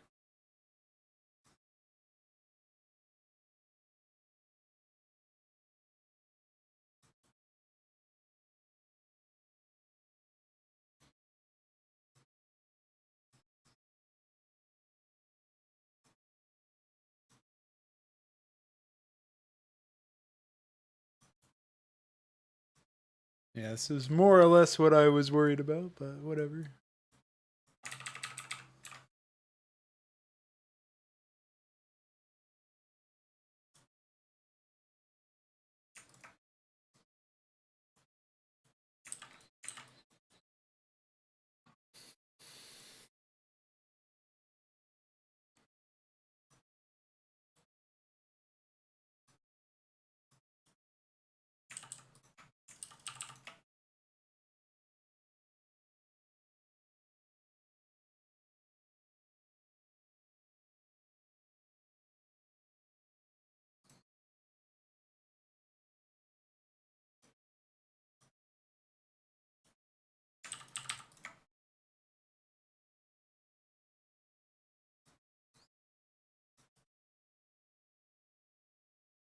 Oh my god.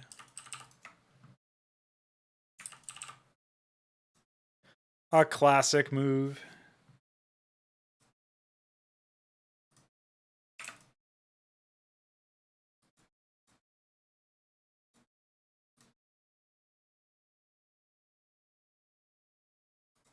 Love the subtle height difference that threw me off there. Definitely was not paying attention, apparently. There we go. Had the wrong tile there anyway.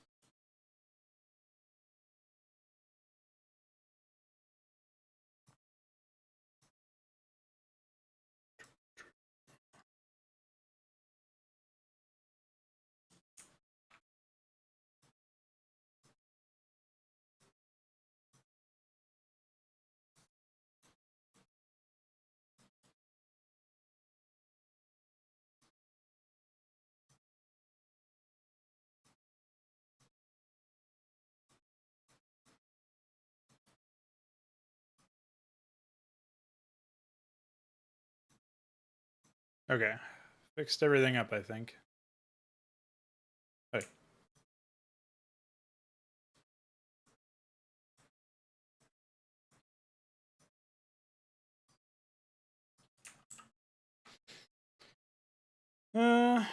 Should be fine, I guess. We might have to revisit some of that stuff later. Dude, how are we once again in the wrong spot?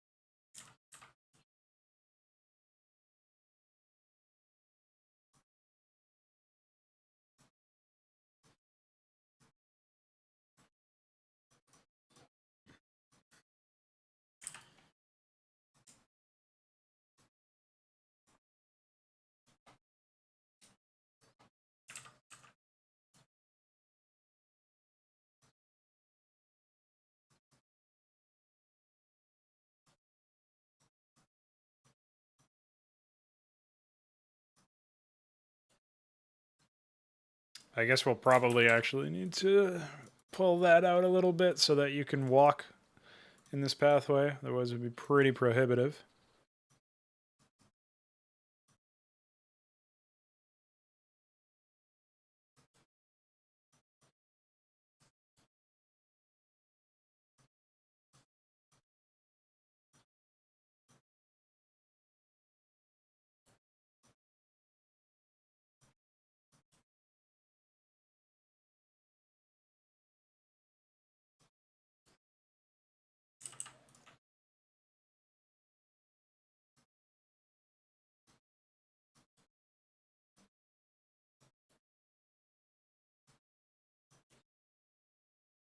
Oh. Ranked. I think that's the last like extension thing I have to deal with.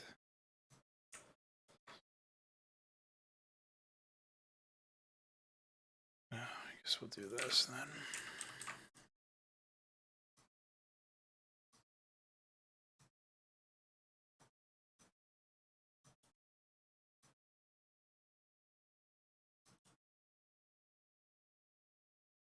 I just want to make sure that I don't memorize these to the same degree that I've memorized like the jungle tile set ones, for example. So I want to make sure that when I'm placing the cliffs that have like hard-coded specific exits or whatever, or blends, that they are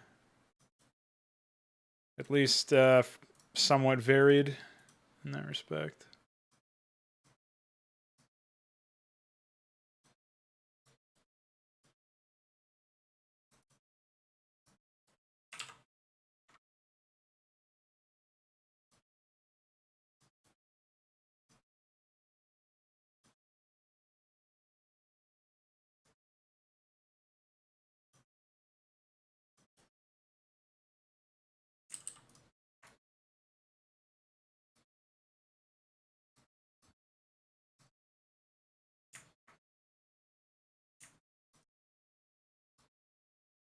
I'm just got to do that left one that's got a hole in it, and we're good to go.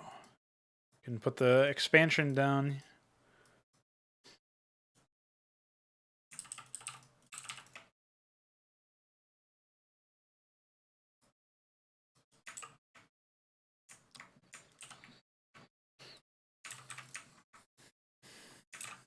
I deliberately wanted to push it away from the cliff that's going to be directly north of this, so that it didn't feel like there was a disproportionate amount of control that was specifically held by the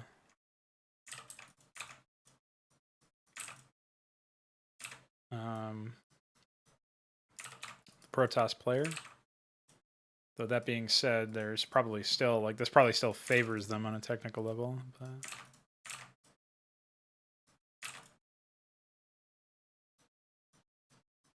all right. Fairly straightforward there. Slap the high dirt on and call it a day for this area.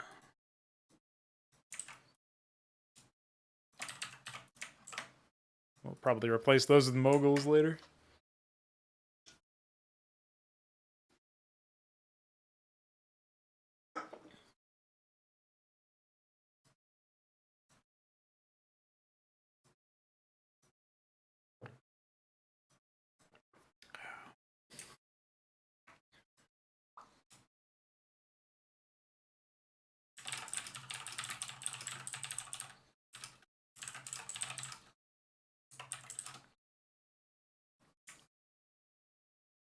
So now the main thing that I've got to do is I've got to fill in this area.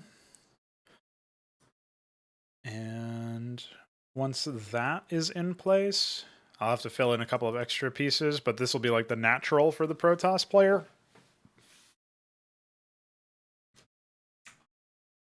I'm going to have to fill in...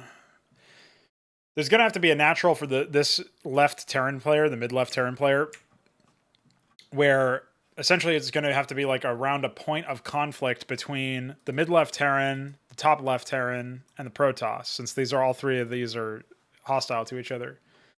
My thought process is, since this base down here is double gas, lower on the mineral side, and contested with the human player, I would probably structure out the mid-left Terran base to have more minerals in it or something, so that there's essentially more one base potential for that player. So that if they do lose an expansion or they get stymied in their attempts to expand, they aren't completely up shit creek, and they might be able to sort of recover outside of that. One of the things that's really different about the Protoss main thus far is that while they do have quite a wide area of space currently to build terrain and like a open terrain and shit, they also have this thing where they only have three exits.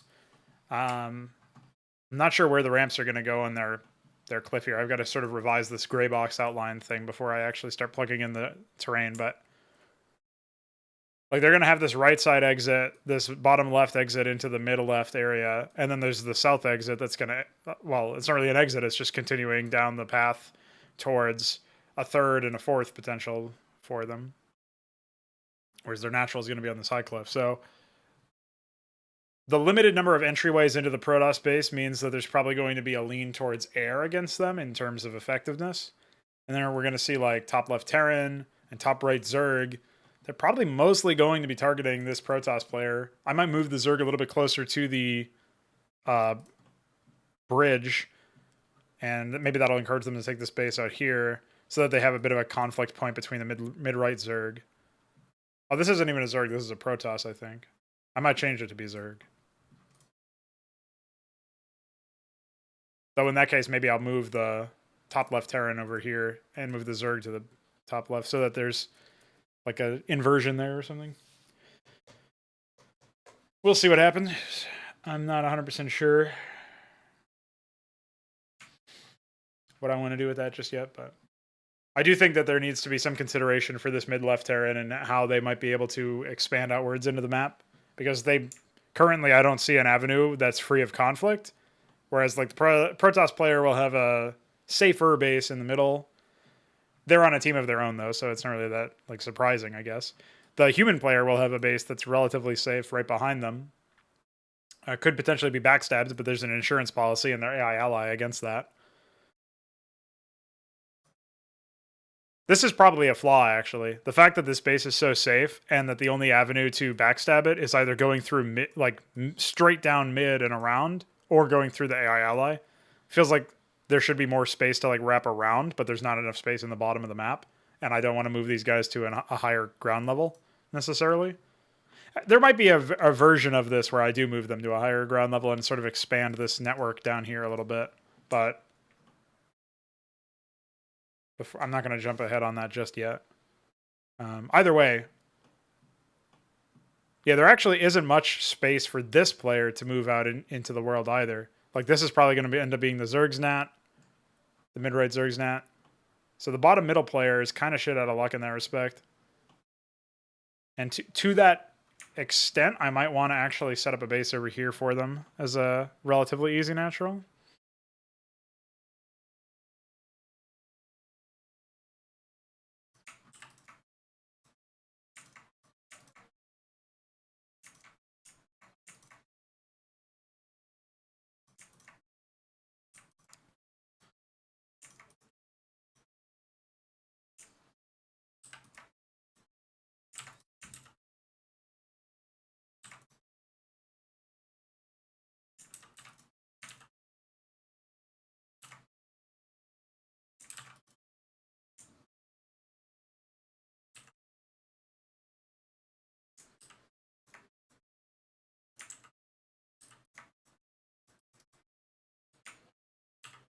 Okay.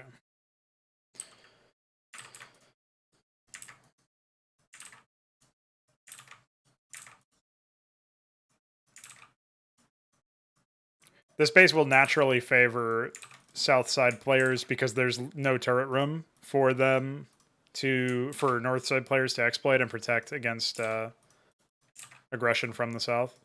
So from a defender's advantage standpoint, we actually have pretty natural engagement there. I'm going to add a bit of a wrinkle by moving the gas up towards this area, though.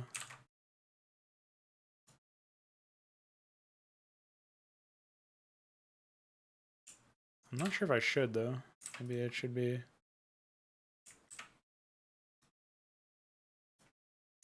I guess it's probably fine if it's just on the bottom. Then you don't really have great efficiency, but...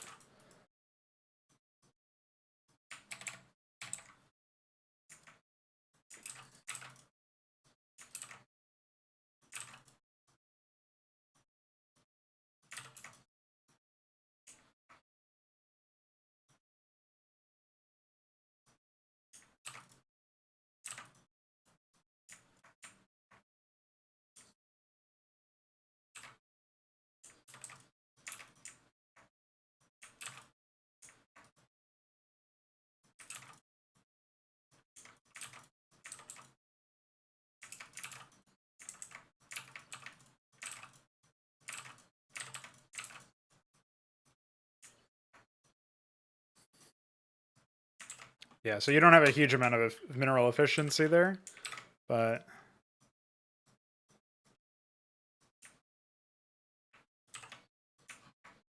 I think it's still something. All right.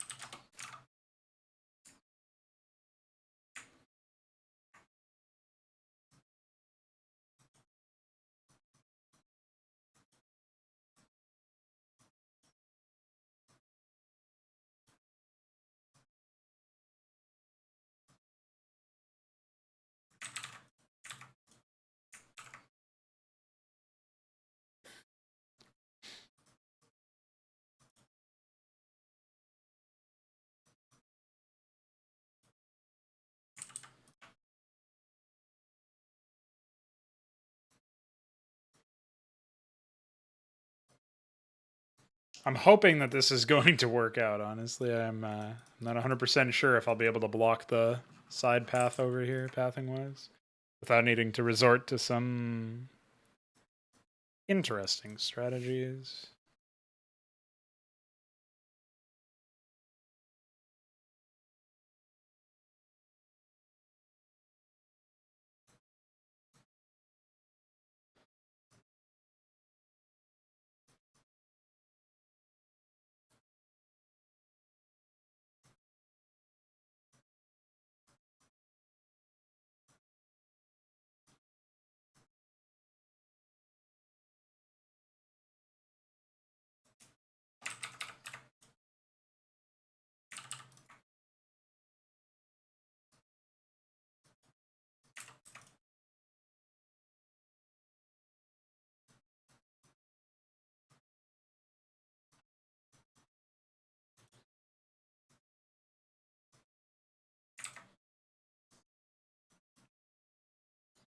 Hmm. I did say I wanted to figure out where the ramps are going to go before doing too much over here. So that's what I'll do now.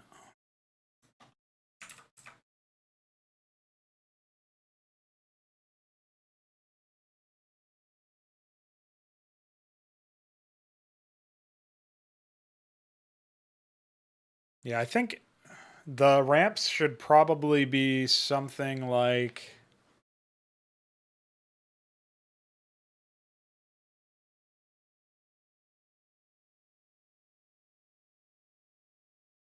maybe further down, actually.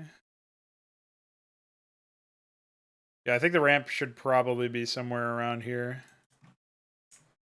So that it's like closer to the bottom. That means it's going to be a pretty wide distance between the two bases, but once you get here, it'll be a pretty good defender's advantage, I think.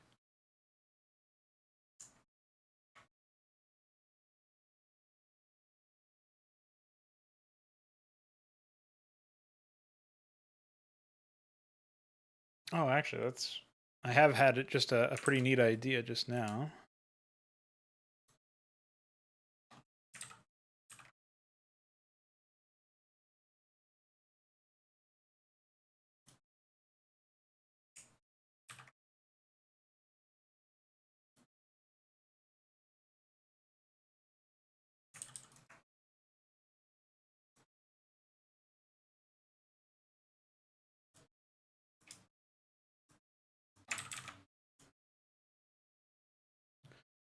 So I've had the idea to basically allow you to wrap around the low ground here. So there'll be like an independent path that's actually separated from this upper area. It's not accessible by this ramp, or there will also be a ramp down here, I think.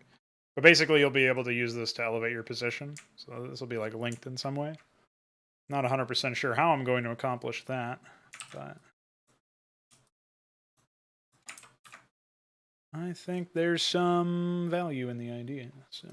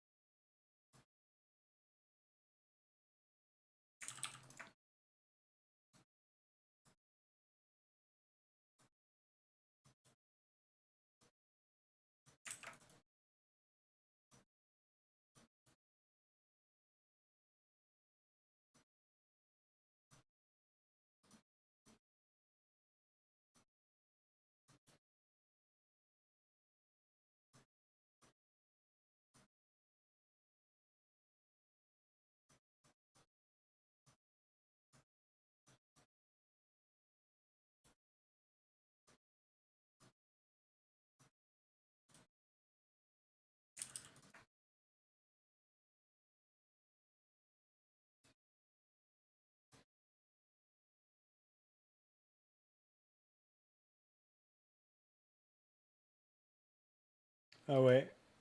There's a different one.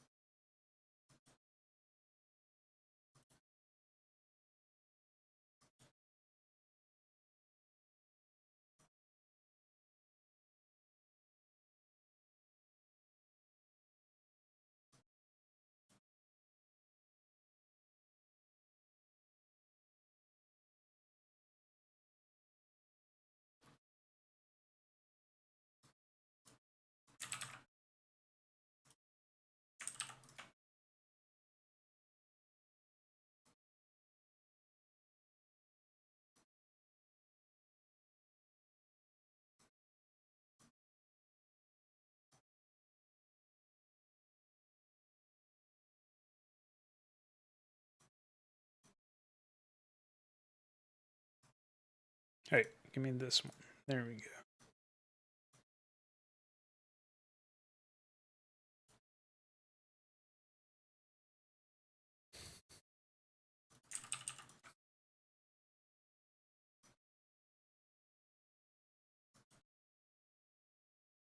Trying to make sure that I leave enough organic sort of like variety or whatever in the tiles themselves so that we don't have anything that gets too repetitive visually.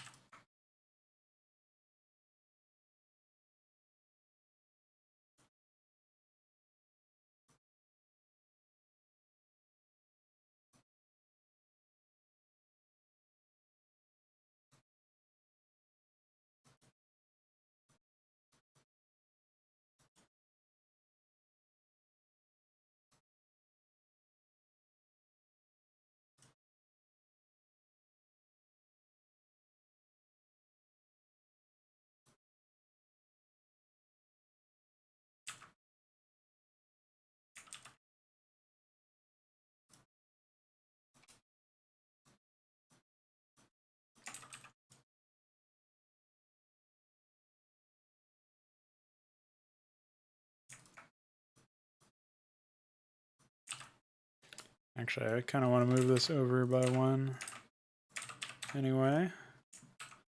Then we can kind of condense this cliff area. Not sure if I've owned myself by fucking something up, but...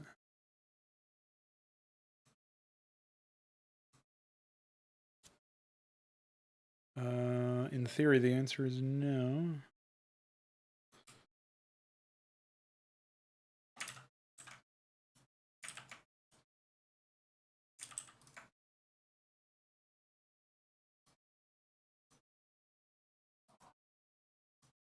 Okay.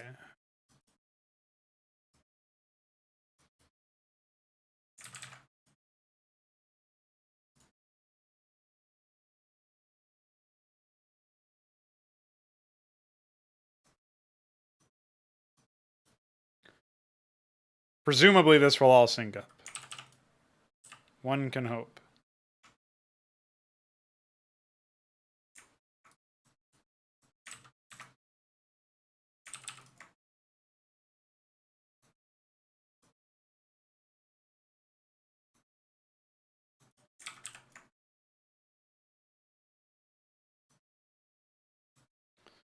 Otherwise, I will be a very sad man.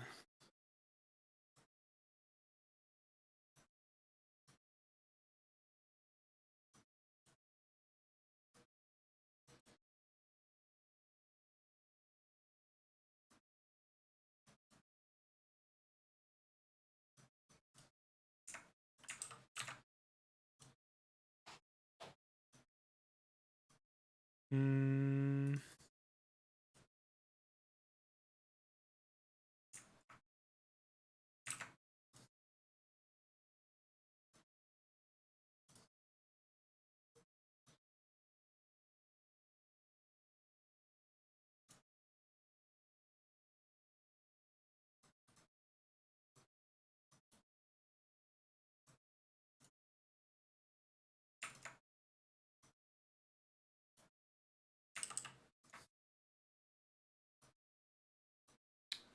Easy enough there.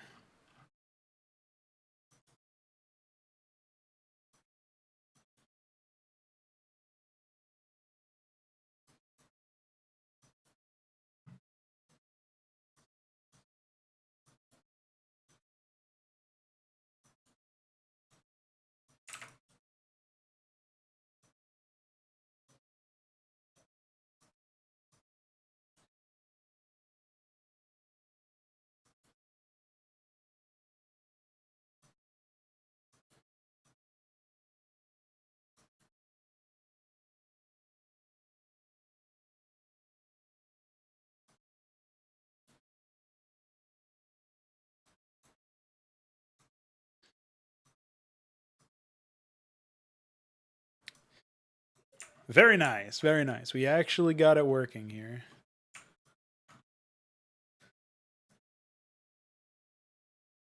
So now that this sort of like initial pass is complete, I can segregate the two paths that I intend to have here by additional cliffs, in theory.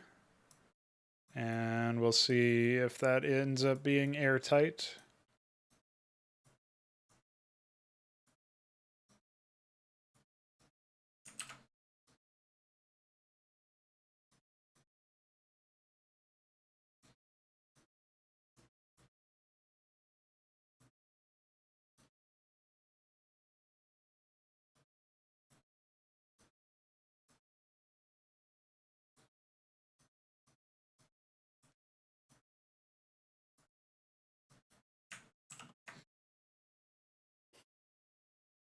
Okay.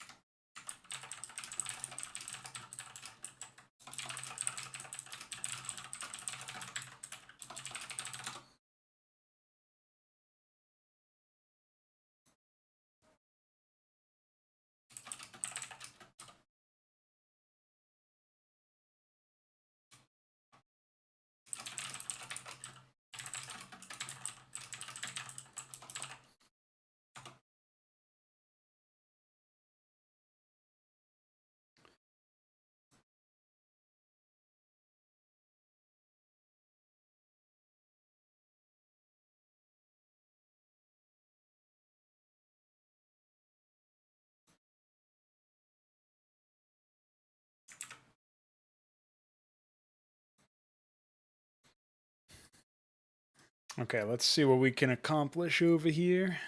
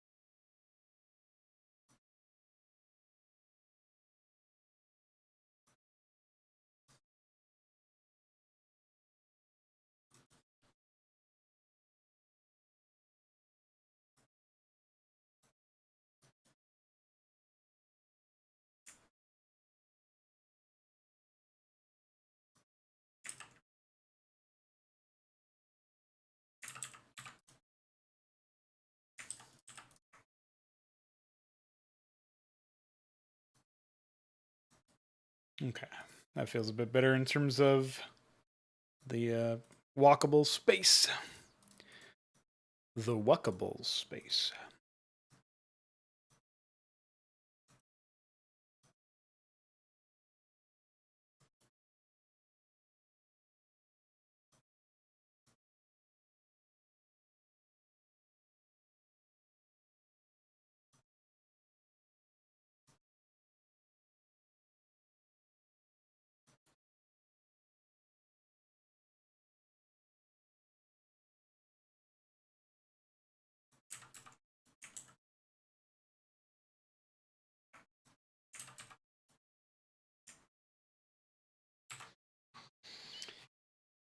I don't know if I can allow such behavior.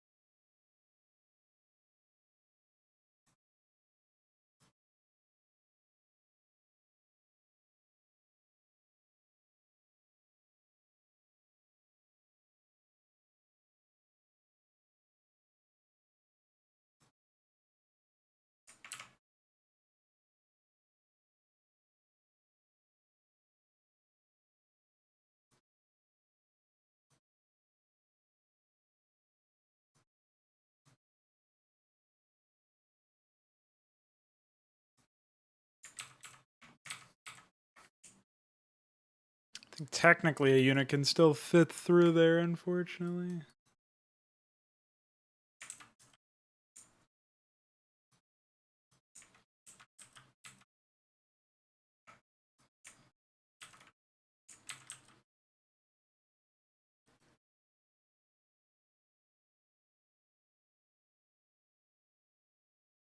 They won't automatically path through it, though.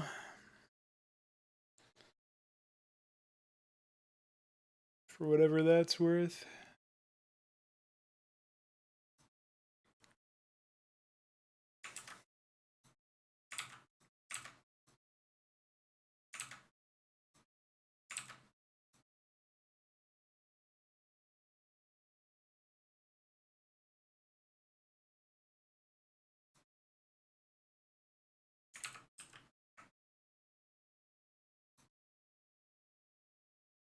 even though they could in theory do it.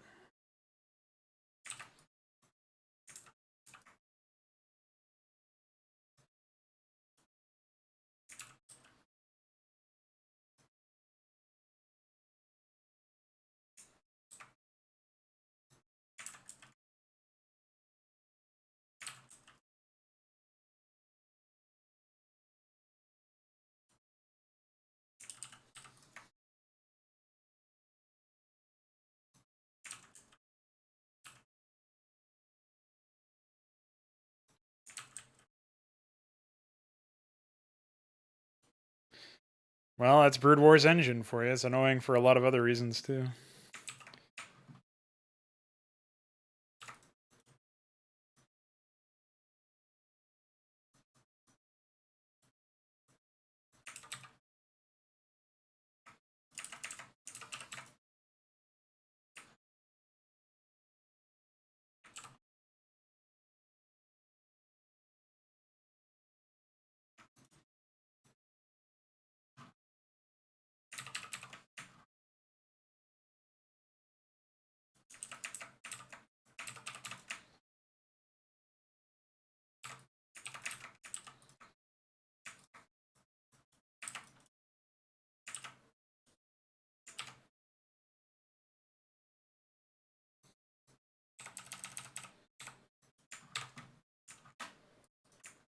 Anyway.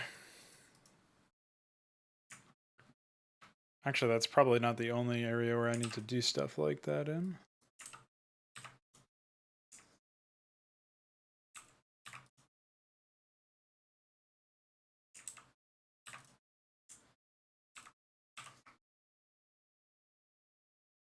Apparently, there you go.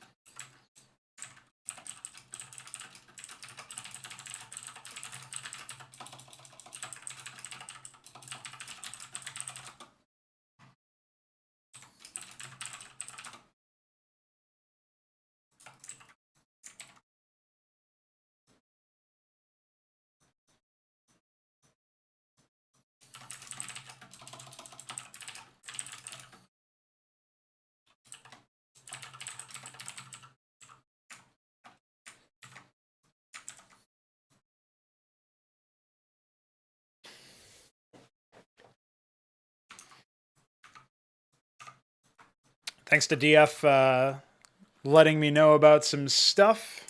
We have an updated formula for the in-game timer, and in theory that also means we have a couple of improvements in other realms as well.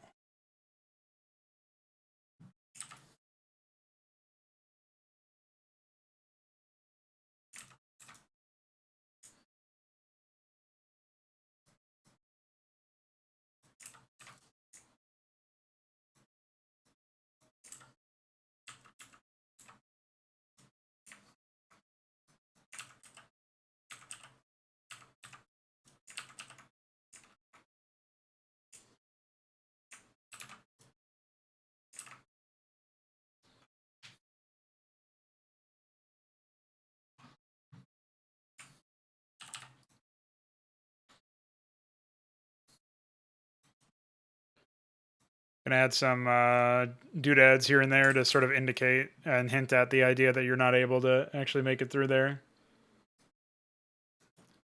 It's only fair, I think.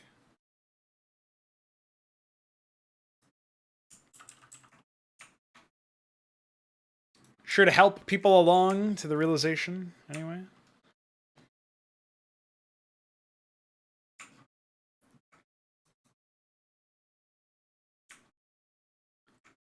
I feel like this sort of centerpiece area, I'll have to have some really nice decor over here.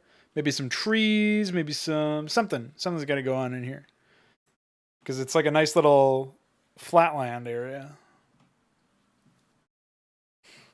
But I think it'll look pretty nice if we could get some good detailing over there.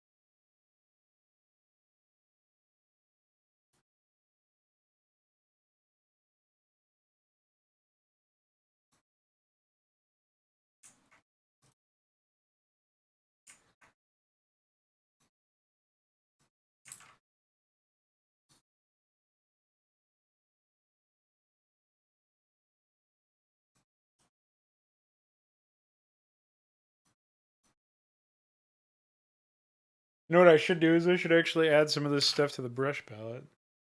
Once, like the sprite complex doodads and stuff. I think it only makes sense.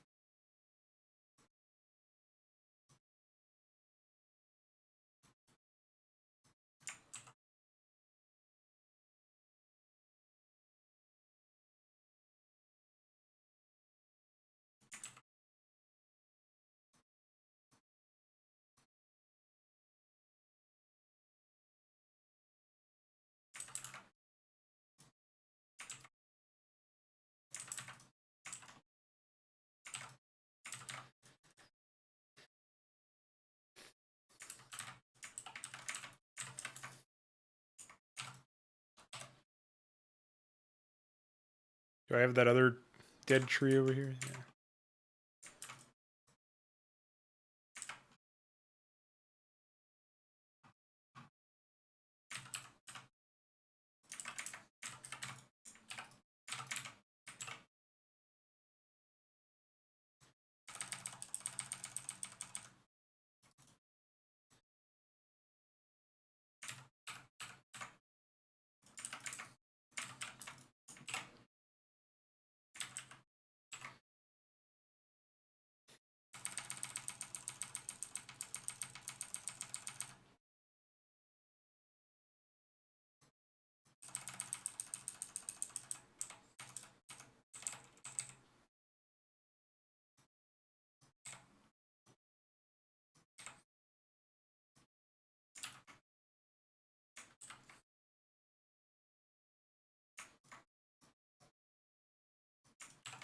All right. I think we're pretty good there. Nice bit of decor. And then I can also get rid of that location.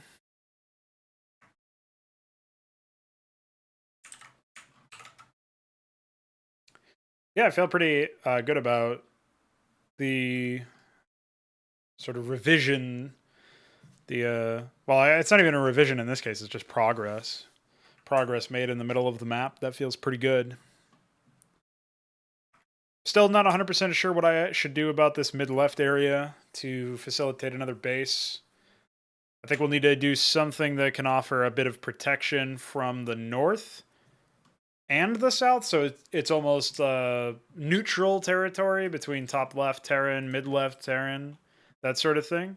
And I think just by virtue of this cliff face being long and inaccessible by ground, should allow for enough protection from the Protoss, no matter what. Because if they want to go from the northeast, they have to go east and wrap the whole way around. If they want to go from the south, they have to go all the way to the southwest.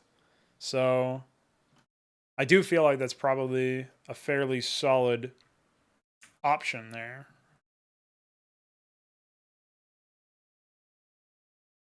I mean, the question is, how do we want to take it from here? And that is anybody's guess at this point. So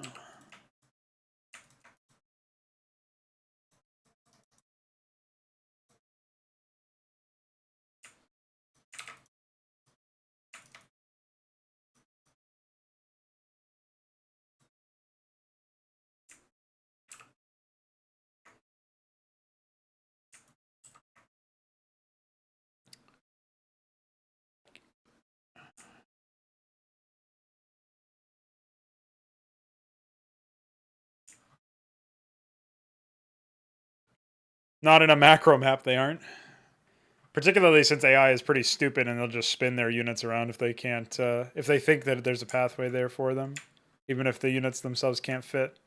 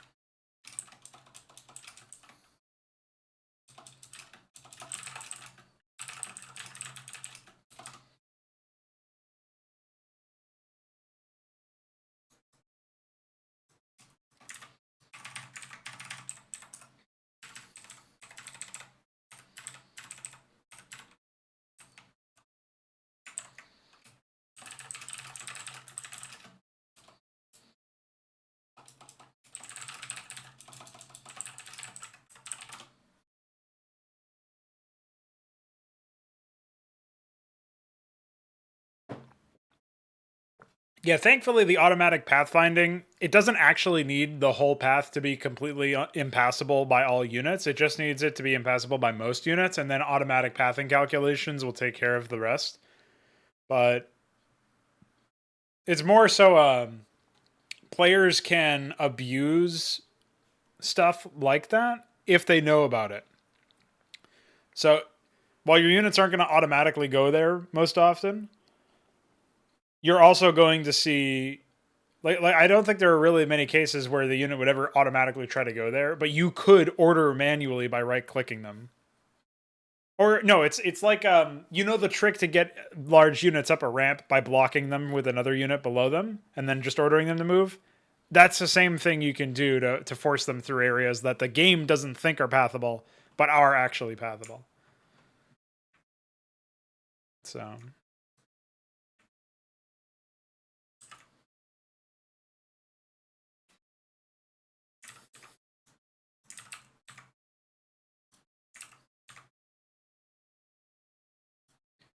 it's pretty goofy, obviously.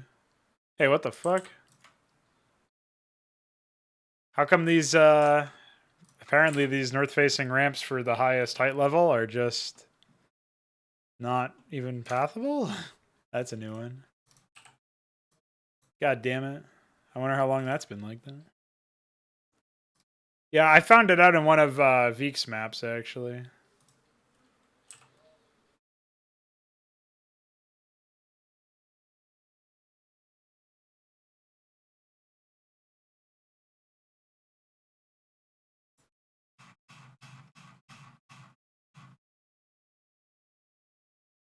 I'm not really sure how this worked out. Yeah, they don't even have height values either. They are unbuildable, so they at least have that. Maybe somehow I wasn't...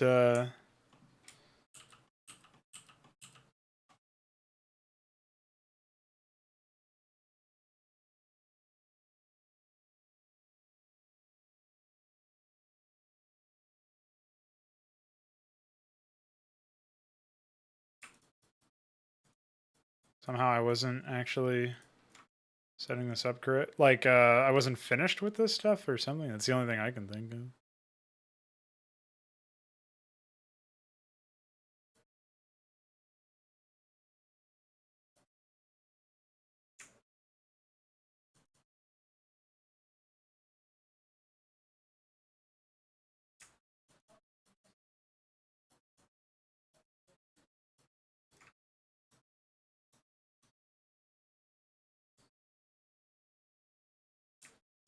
Yeah, that's really weird.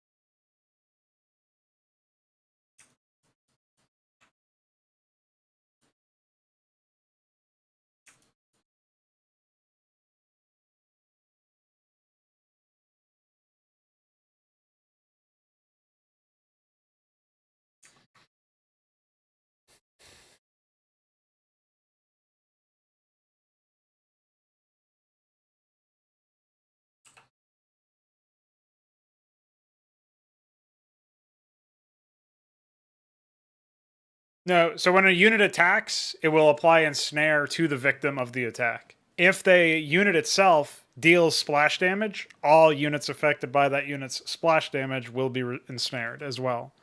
So, I mean, I don't know that many units that actually deal like splash damage for Zerg.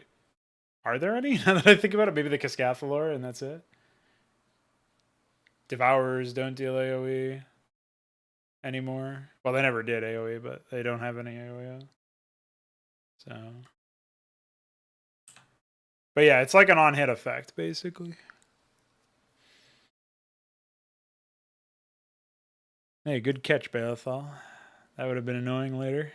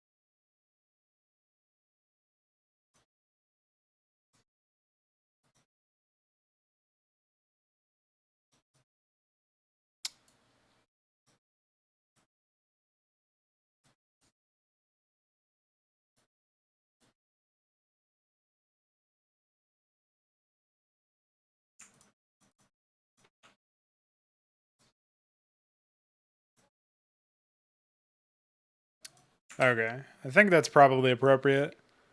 We'll go ahead and grab group multi-select, copy this stuff.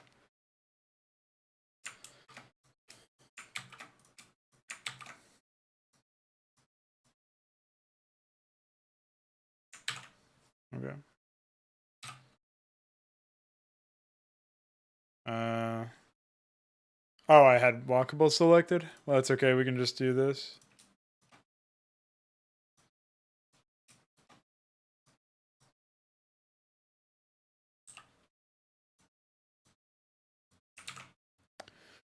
All right.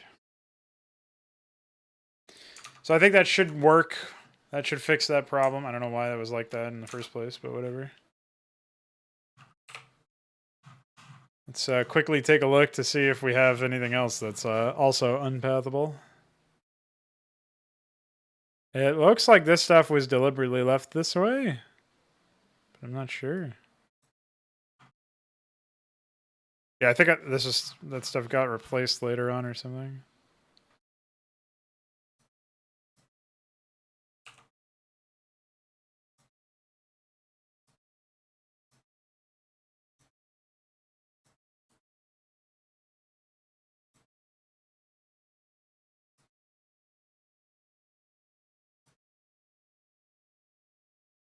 All right, fixed a small issue there as well. Oh yeah, lurker deal splash. Yeah, lurkers are gonna be fucking hell with that ability. I guess unsurprisingly.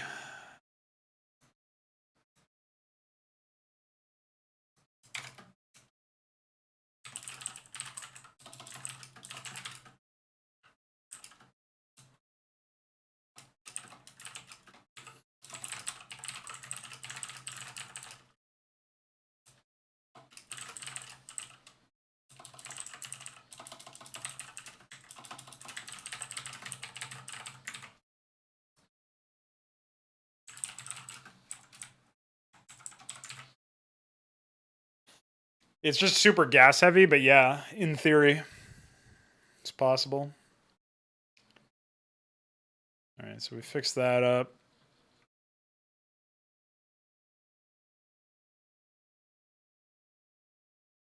I don't understand how that could have possibly happened, and then I didn't find that out in my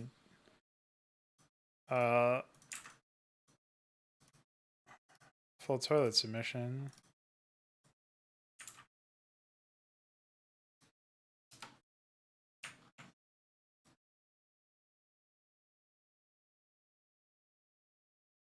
Yeah, how did I not see that?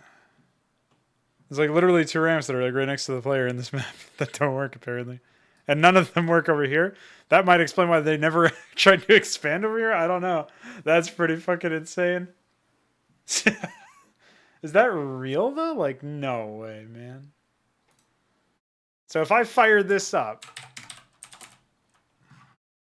and I go to community, and I go to Mapcraft, and I go to full toilet, and I go to my folder, and I start this map, and I try to move my fucking drones up here. Wow. Now that's epic. How did I fucking fail to see that? Holy moly. That's goofy. I can't believe that, man. That's so crazy. I've used this ice tile set in so many maps. How did it get fucked up like that?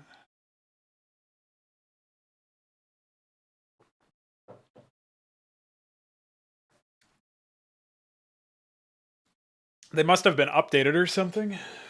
Like, because that's the other thing is my second full toilet submission had stuff like that. It had ramps like that. Literally had this ramp right here. Right? Which is unpathable, apparently.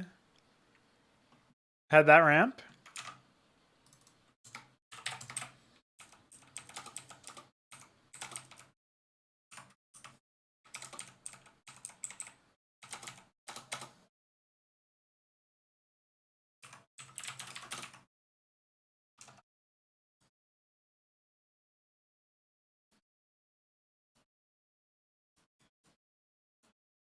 Wow.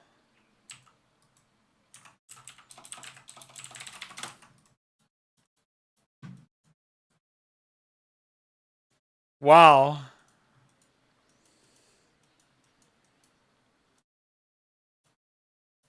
Where is it? Oh, here it is.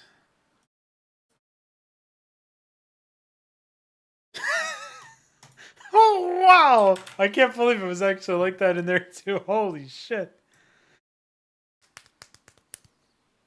Wowee. Wowee, boys. I can't believe it.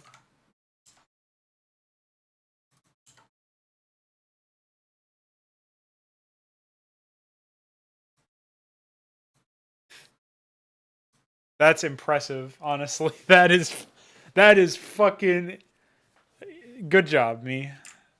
Holy shit. Oh boy. What have I done?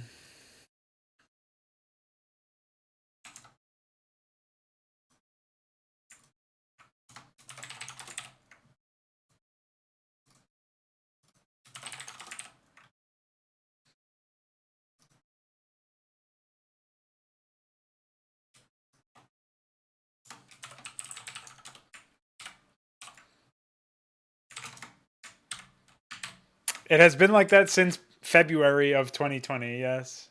If you can believe that. That's how long they've been fucked up, apparently. Since they got added into the game in February of 2020.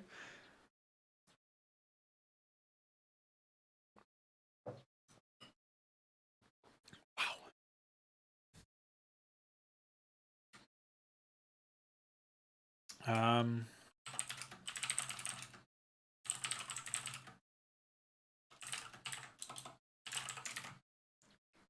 Wow. I honestly. Oh man. That's a fucking bug, dude. That's an okay hand right there. Holy shit. I can't believe that's real. Oh, I can, I guess. Whatever.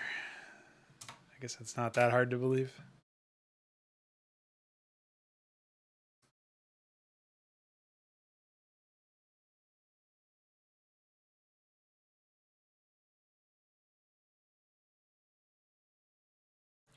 Guess all I can say is it's fixed, guys. I did it. Yeah, I'm a fraud. Ramp fraud, of course. The worst kind of fraud. Man, how does that even happen? That's crazy.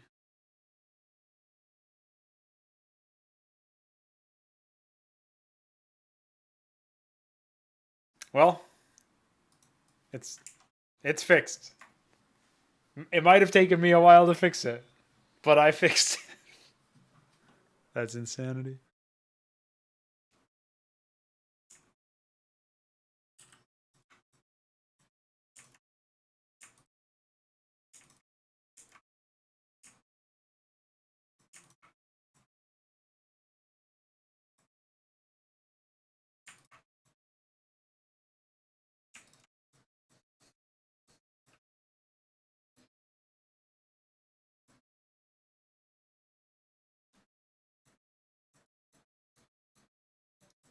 Surely you'll give me what I'm looking for eventually. There we go.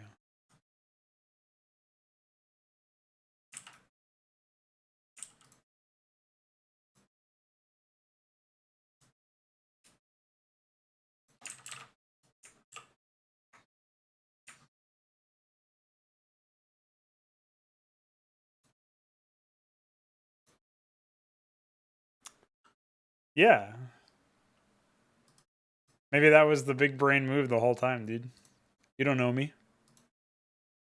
Oh, I forgot about this. Opening up the sprite palette crashes the editor. Good thing I saved before doing that. I love when modding tools just have insane like misclick potential, like where you can misclick with Pi AI, or you used to be able to misclick with Pi AI and just brick your computer, have to restart, and that somebody else had to step in and fix that issue, and it's not even fixed. They just like Veek just fixed it, quote unquote, by making it so that it didn't. It wasn't possible to pick the wrong one. Like, imagine actually writing a fucking tool in the current year.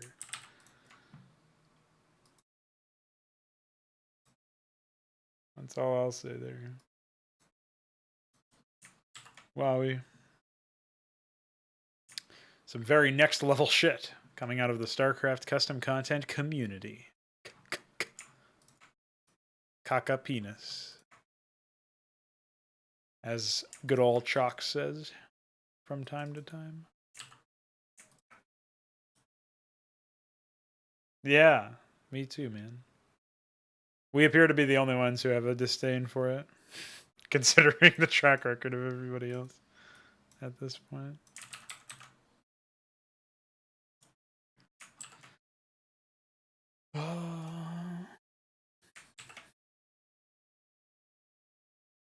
Oh shit, Chalks is still here. You heard me say caca penis. It's over.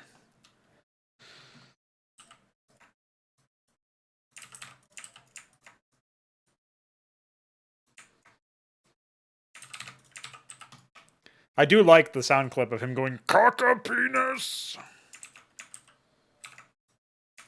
I feel like there's some value in that.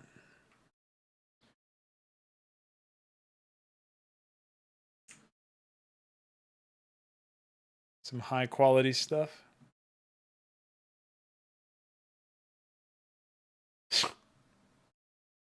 Some insanity.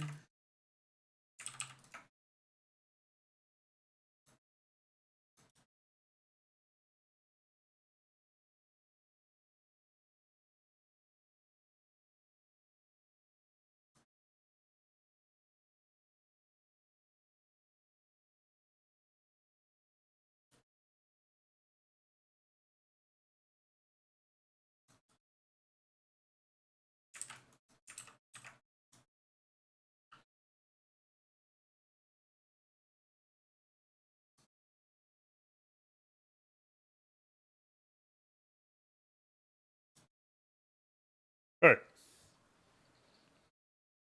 Give me the right doodad, dude.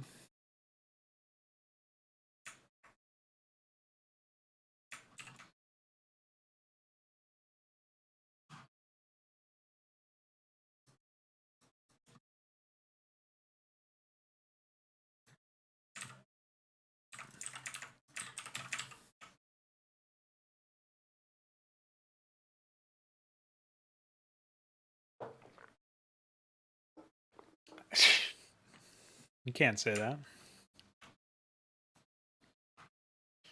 Don't believe that's allowed. Homie. When homie becomes ho you. You know what I mean? You?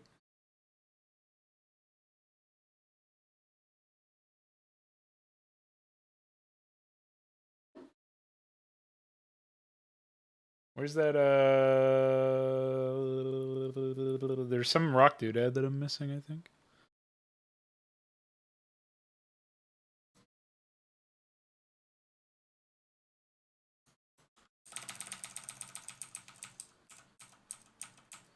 It's this one.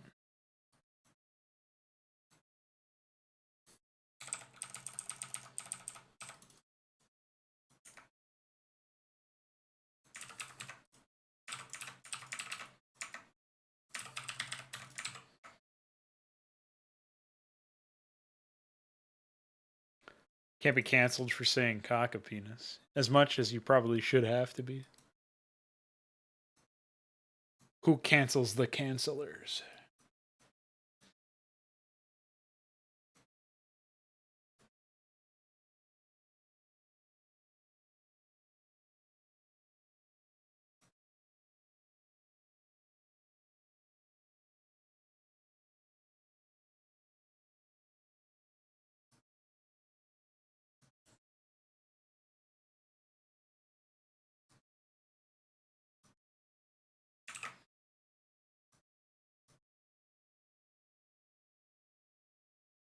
So I can't believe like random brushes and shit, like actual bush, just occasionally block terrain or block pathing or whatever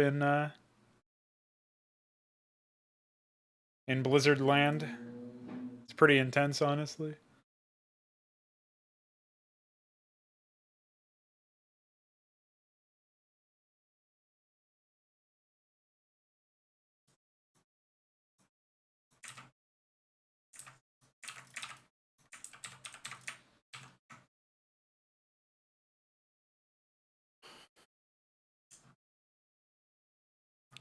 Vice Regent. I actually forget why Regent was funny, but I'm sure it was something to do with anime. Vision of the anime. What a campaign.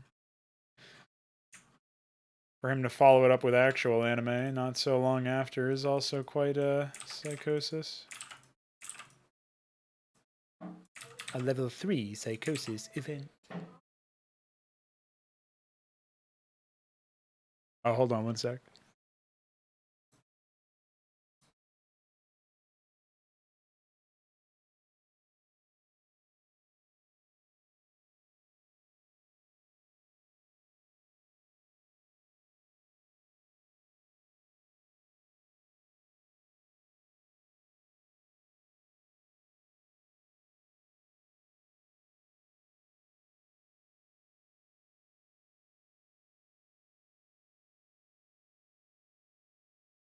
I don't think anybody needs more Ranma, dude. I have not seen any evidence of such a request or need. I think it's safe to say none exist. Let's do this in a bit more of a reasonable way, shall we?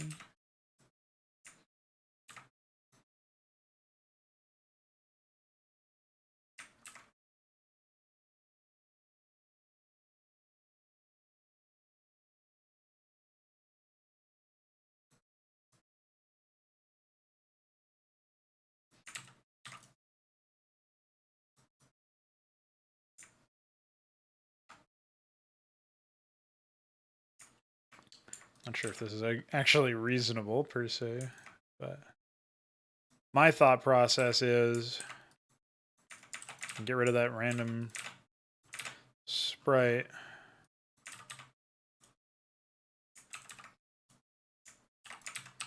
And then decorate this area a bit more naturally.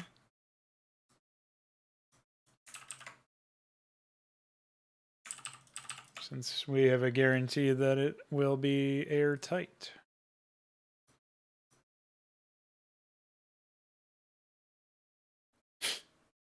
Hopefully at a higher quality than whatever the fuck was in that original rip. But yeah, there's some map crap potential there, I'm sure. There was that one psychotic Ahmed map that I made a while back where the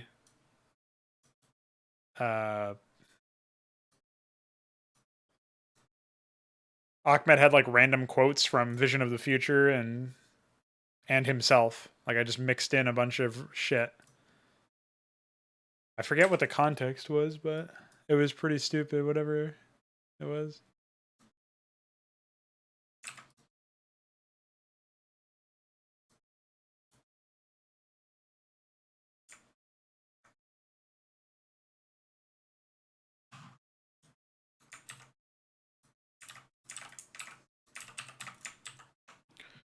There we go. Slightly more reasonable.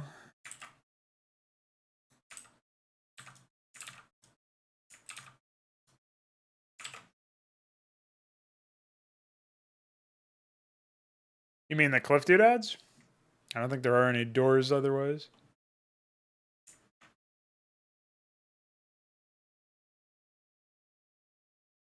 We could probably do something where we play like a version of play frame tile that actually plays a frame set on an offset based on the tile set, and then have the doors themselves look completely different. Garage doors.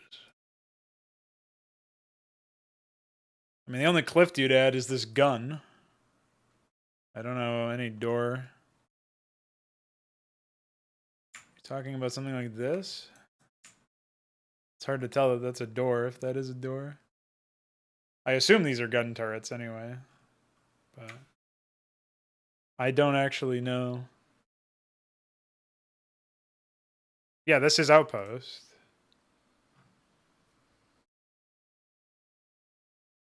But I don't see any doors here.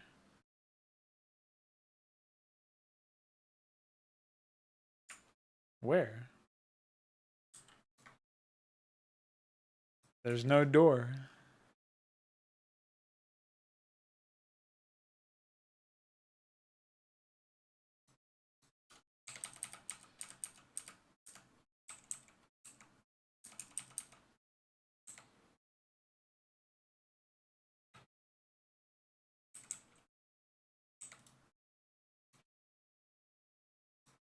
Goofball.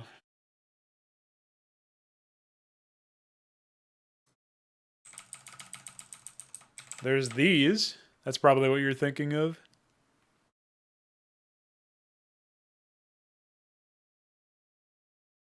And sometimes people use tiles from this to blend it with structure, which always looks atrocious. So maybe that's where you saw that. That's what my bet is anyway.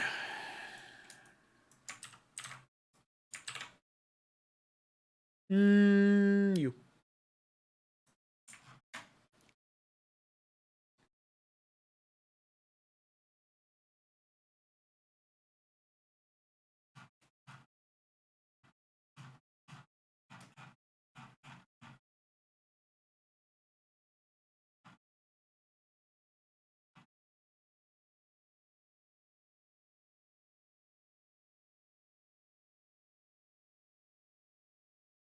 I have dirt cliff doodads, but not high snow and higher snow doodads, apparently. It's really weird. Oh, there's the old terrain over there. Yeah, that actually shouldn't be that difficult. The main issue will be like defining strong borders, but I can probably just like copy it for the most part. Like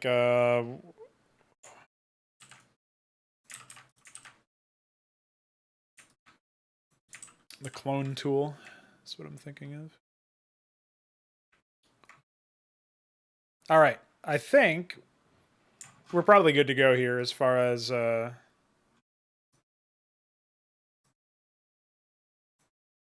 today's progress went. I did a little bit less put a little bit less man hours or whatever into this compared to what I thought I would be doing, but because that's because I was busy with the other stuff as well.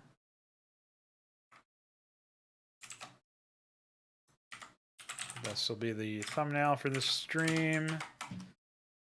And we'll continue work on the layout. I do feel really good about the middle area. I think it's shaping up quite nicely. I still have got to define some stuff around the borders, and particularly this like mid-right area, and obviously the area directly south of the Protoss needs to be fleshed out. We should get some decor over there.